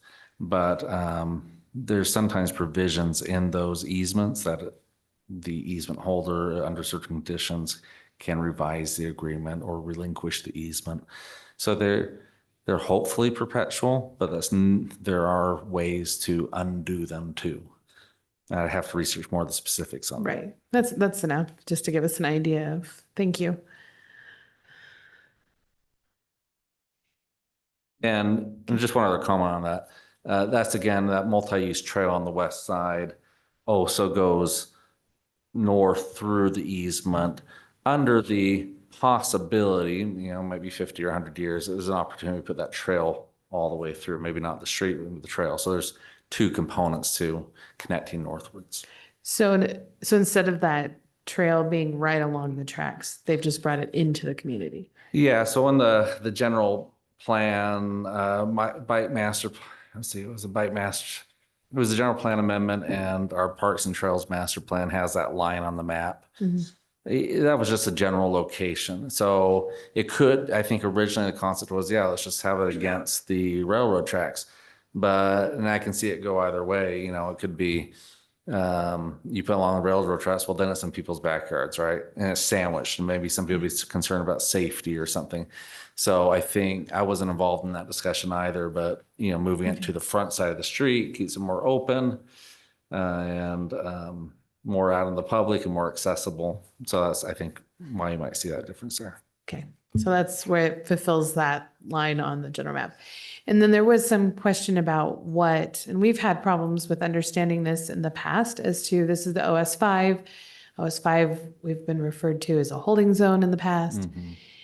But yet there still seems to be a map that says that there was a plan for how this was to be developed. What? Yeah, there's no specific plan other than the general plan was amended in 2000. The southwest area, they adopted this low density residential / southwest area, which is different than the low density residential general plan designation. Yeah, so this is specific to this And area. it's specific to the southwest. And there's a paragraph in the staff report that basically defines what that means as, let's see. An overall housing density between 4 to 8 units per acre is acceptable in that classification. Now, a general plan is an advisory document. And so there's no requirement that the Planning Commission agree with that policy directive, that you are free to make a recommendation against that directive. It's in the report as information to you, but not a recommendation from us. Okay. Thank you. Any other questions, comments from Planning Commission? Yeah, one thing I find concerning is putting all these houses right on top of next to an industrial zone. And their tracks, you know, with little to no buffer. You can put up a fence, kids will climb it, and then they'll get smashed by the train. It just doesn't seem to fit. People have talked about the traffic. It's god awful down there already. You know, that roundabout is just a nightmare. Everybody goes across, goes into Geneva. I mean, you know, all that being said, there's no transition between the industrial into the residential. And this density seems way too high for the space. If you go down the roads will not support this kind of traffic. They will fill up the surrounding neighborhoods. Nobody will be able to park, and they'll be lucky to get in their own driveways. So, yeah, it doesn't seem well thought out. Honestly, if you were going to do residential, I'd see more R12 along the tracks and R8 and the rest, just to give the buffer between the industrial. But Well, there's a buffer. There is a farm there right now, which makes a lot of, Yes. which makes a lot of It's a sense. great buffer It's a between great buffer. residential and industrial. And industrial, Yes. yes. Yeah. Brad? So I do have a question. Just, I want to confirm the statement that was made earlier. This proposed development complies with current city code. The proposal more complies with the PRD ordinance. And so if it's recommended for adoption, the council ultimately adopts it, this will become the concept plan. So there's in the PRD, there's different sections of approval. This complies with the concept plan provisions, not the specific development provisions. So if they were rezoned, they'd have to come in and apply and then meet all the very specific development regulations also contained in the PRD zone. So it's a two-stage process. Yeah, I just wanted to clarify that because the comments were made that, you know, this complies with the setbacks and the other things that, you know, we would expect. And I just want to make sure that we, and I don't think we are putting our personal preferences into something that might be counter to what is allowed legally. Because I'm also sensitive to the comment that was made that owners are allowed to sell their land. Yeah, there's no zoning here today. The zoning is OS5, so that's a 1 lot per 5 acres. That's their legal entitlement today. So with the rezone request, they're asking for a change in the law to have this additional zoning right. Right. Thank you. I just want to confirm that in my mind. I think it's helpful to think of it this way. No, it does not comply with city code because they do not have the zoning. They have to change it. You have to change the law, change the zone. And then if you change it to PRD, then, and it is PRD, then the project would comply with the PRD requirements. Okay. But currently today, it does not comply with city code. Yeah, I just want to be clear on that so that we all, I echo comments about the traffic. I can see that, you know, as it is currently, I'm actually somewhat open to the concept, you know, and I'm sensitive to the comments. My dad was a farmer and I appreciate wide open spaces just as much as the next person. But traffic's a problem.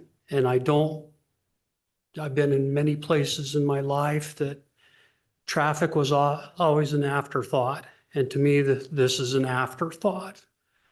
So I would not be in favor of moving it forward until some of the traffic concerns were addressed satisfactorily. So my sentiments are mirrored with your comments, Rod. So I'm a farm boy. I grew up on a farm, and I realized that life can't remain the same forever. We considered success getting off the farm. It was a tough life. We worked hard, but it was a wonderful life. And you that have had that farm in your immediate neighborhood and being able to just observe what's gone on, it's been a wonderful blessing. But it can't continue into perpetuity, I wouldn't think. And I'm amazed at the Wilkersons, what they've created, their ambition. And it's not a small effort to do what they've done. And again, I'm not sure they can continue that into perpetuity. And I guess someone's identified that some revenue can be increased over what's being received right now by taking that piece of real estate and developing it. The concern I have, and it looks like on the property itself, there are a lot of parking places and perhaps sufficient to meet the need. 40% of the units, I think, would be rental properties. It would seem to me as a result of that, there would be students, these places would be filled up and there would be a lot of traffic. And I've had occasion to drive along Geneva Road in that vicinity on a regular basis, visiting my daughter who lives just down by Provo High School. And it amazes me the amount of traffic in the cars parked on the side of the road.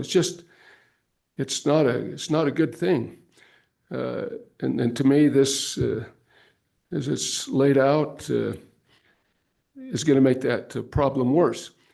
And the idea that there is a lot of traffic, there are parking issues, and we just have to live with it. I'm not sure I ascribe to that. I think we can mitigate some of these things by careful consideration before we move forward. To me, this is, again, too much in a constrained area of space. That's how I see it. And it's a beautiful layout, but in that restricted area, just too much in my mind. Thank you, Jim. Did you want to say something? No, I just would echo that we have a serious traffic problem and a congestion problem in the area, and we just can't keep adding to it because it'll collapse. I mean, the area will just implode. So.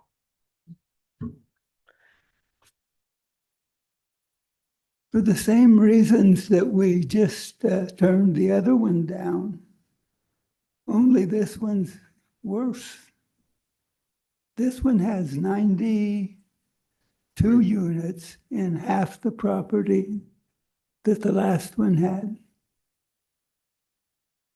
that had 108 units. This one has 92 in half the property. Orem has some serious problems with parking, with traffic, and affordable housing. I don't see where this helps with any of those. Thank you, Jerry. I will let you come up and speak briefly. Yeah.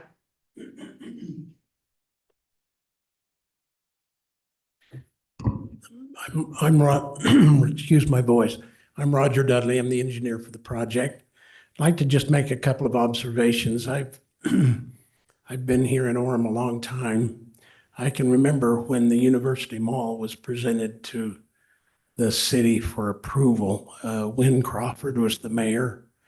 And the neighborhood around the University Mall really opposed it. In fact, I think politically, Wynn Crawford's career as mayor was kind of gone after the mall was approved. He basically shoved that down the throat of the neighborhood, basically.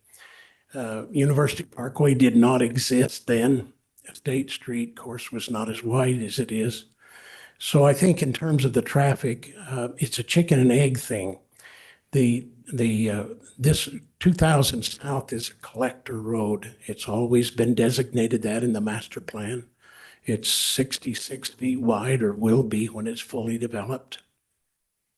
And it was intended to do that. There's now a light at Geneva Road, and that 2000 South will go on west to the new collector road that's going to be constructed in the next 5 years or so.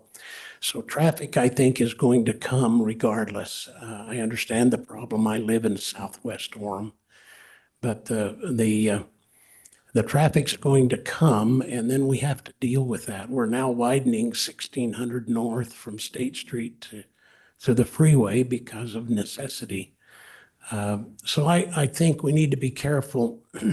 My grandkids need a place to live. And if they can't live here in our community, they're going to go somewhere else. They're going to go to Saratoga Springs. They're going to go to Eagle Mountain, to Santaquin, or somewhere to live because they can't afford to come to Orem.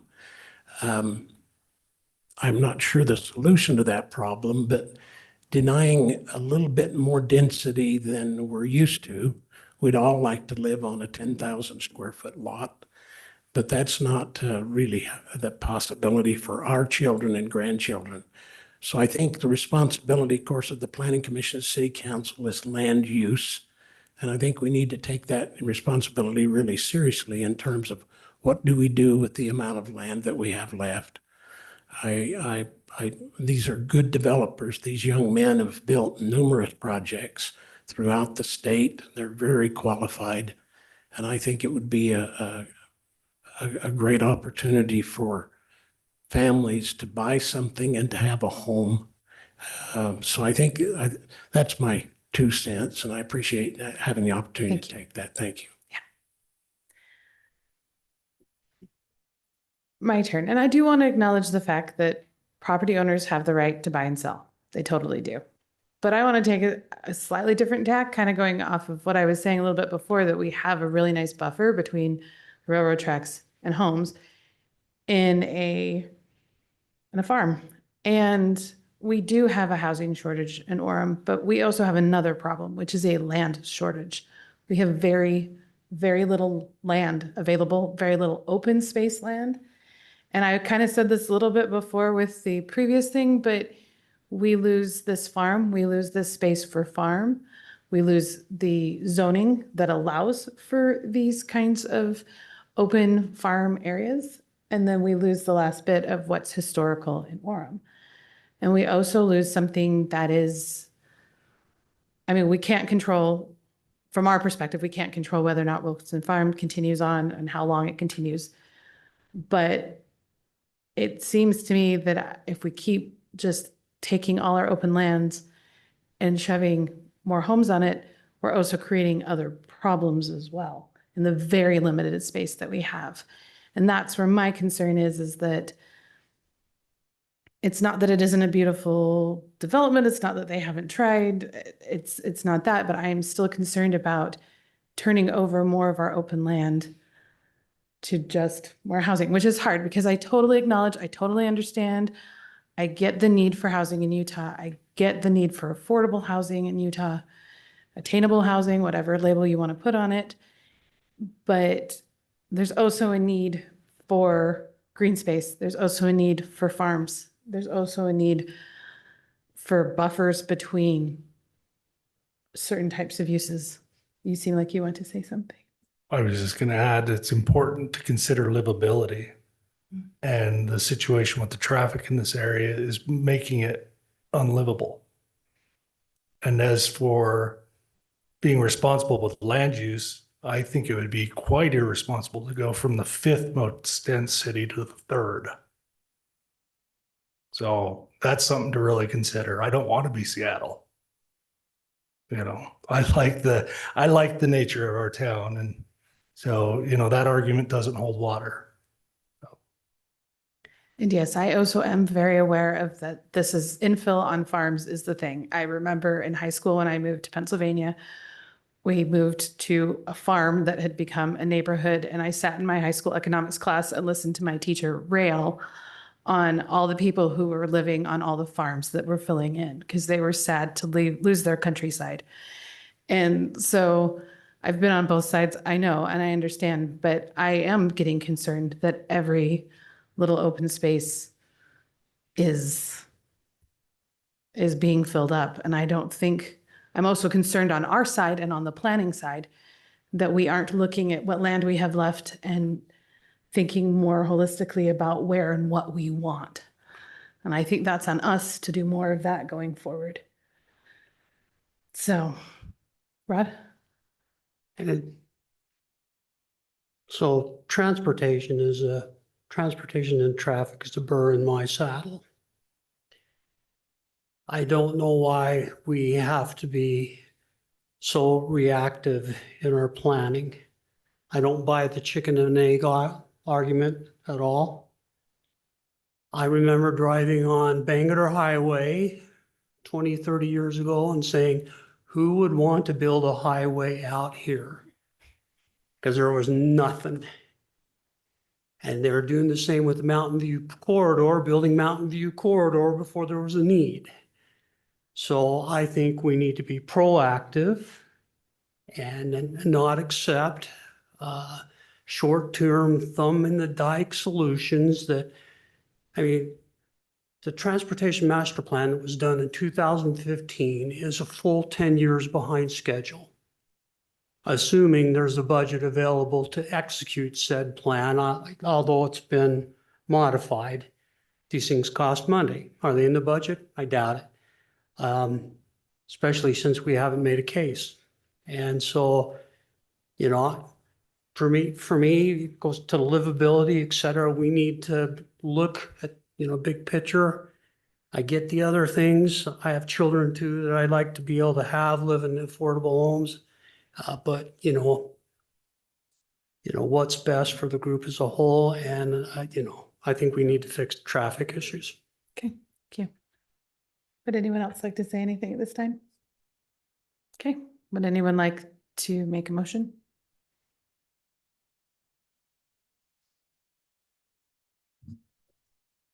I move that the Orem City Planning Commission forward a recommendation of denying to the city council to amend Article 22-5-3, subparagraph A, and the zoning map of the Orem, city of Orem by rezoning the property located generally at 710 West, 2000 South from the OS5 zone to the PRD zone, approximately 14.1 acres, and amending Appendix KK of the Orem City Code. Do I say it? Mike, okay. So Rod moved and Mike seconded that the planning commission forward and negative recommendation to the city council to amend it says what it says there. It's getting late. We've been doing this for a while. Okay. Any other comments? Do you want to say anything? You moved. We're all good? Okay. Jim? Aye. Aye. Aye. Aye. Aye. A negative recommendation will be forwarded to the city council. Thank you very much. Do we have anything else before we go? Okay, then do I have a motion to adjourn? Oh, no, we already. I make a motion, we adjourn. Second. Okay. All in favor of adjourning, Rod? Aye. Aye. Aye. Aye. Aye. Okay, the meeting's adjourned at 8:28 PM.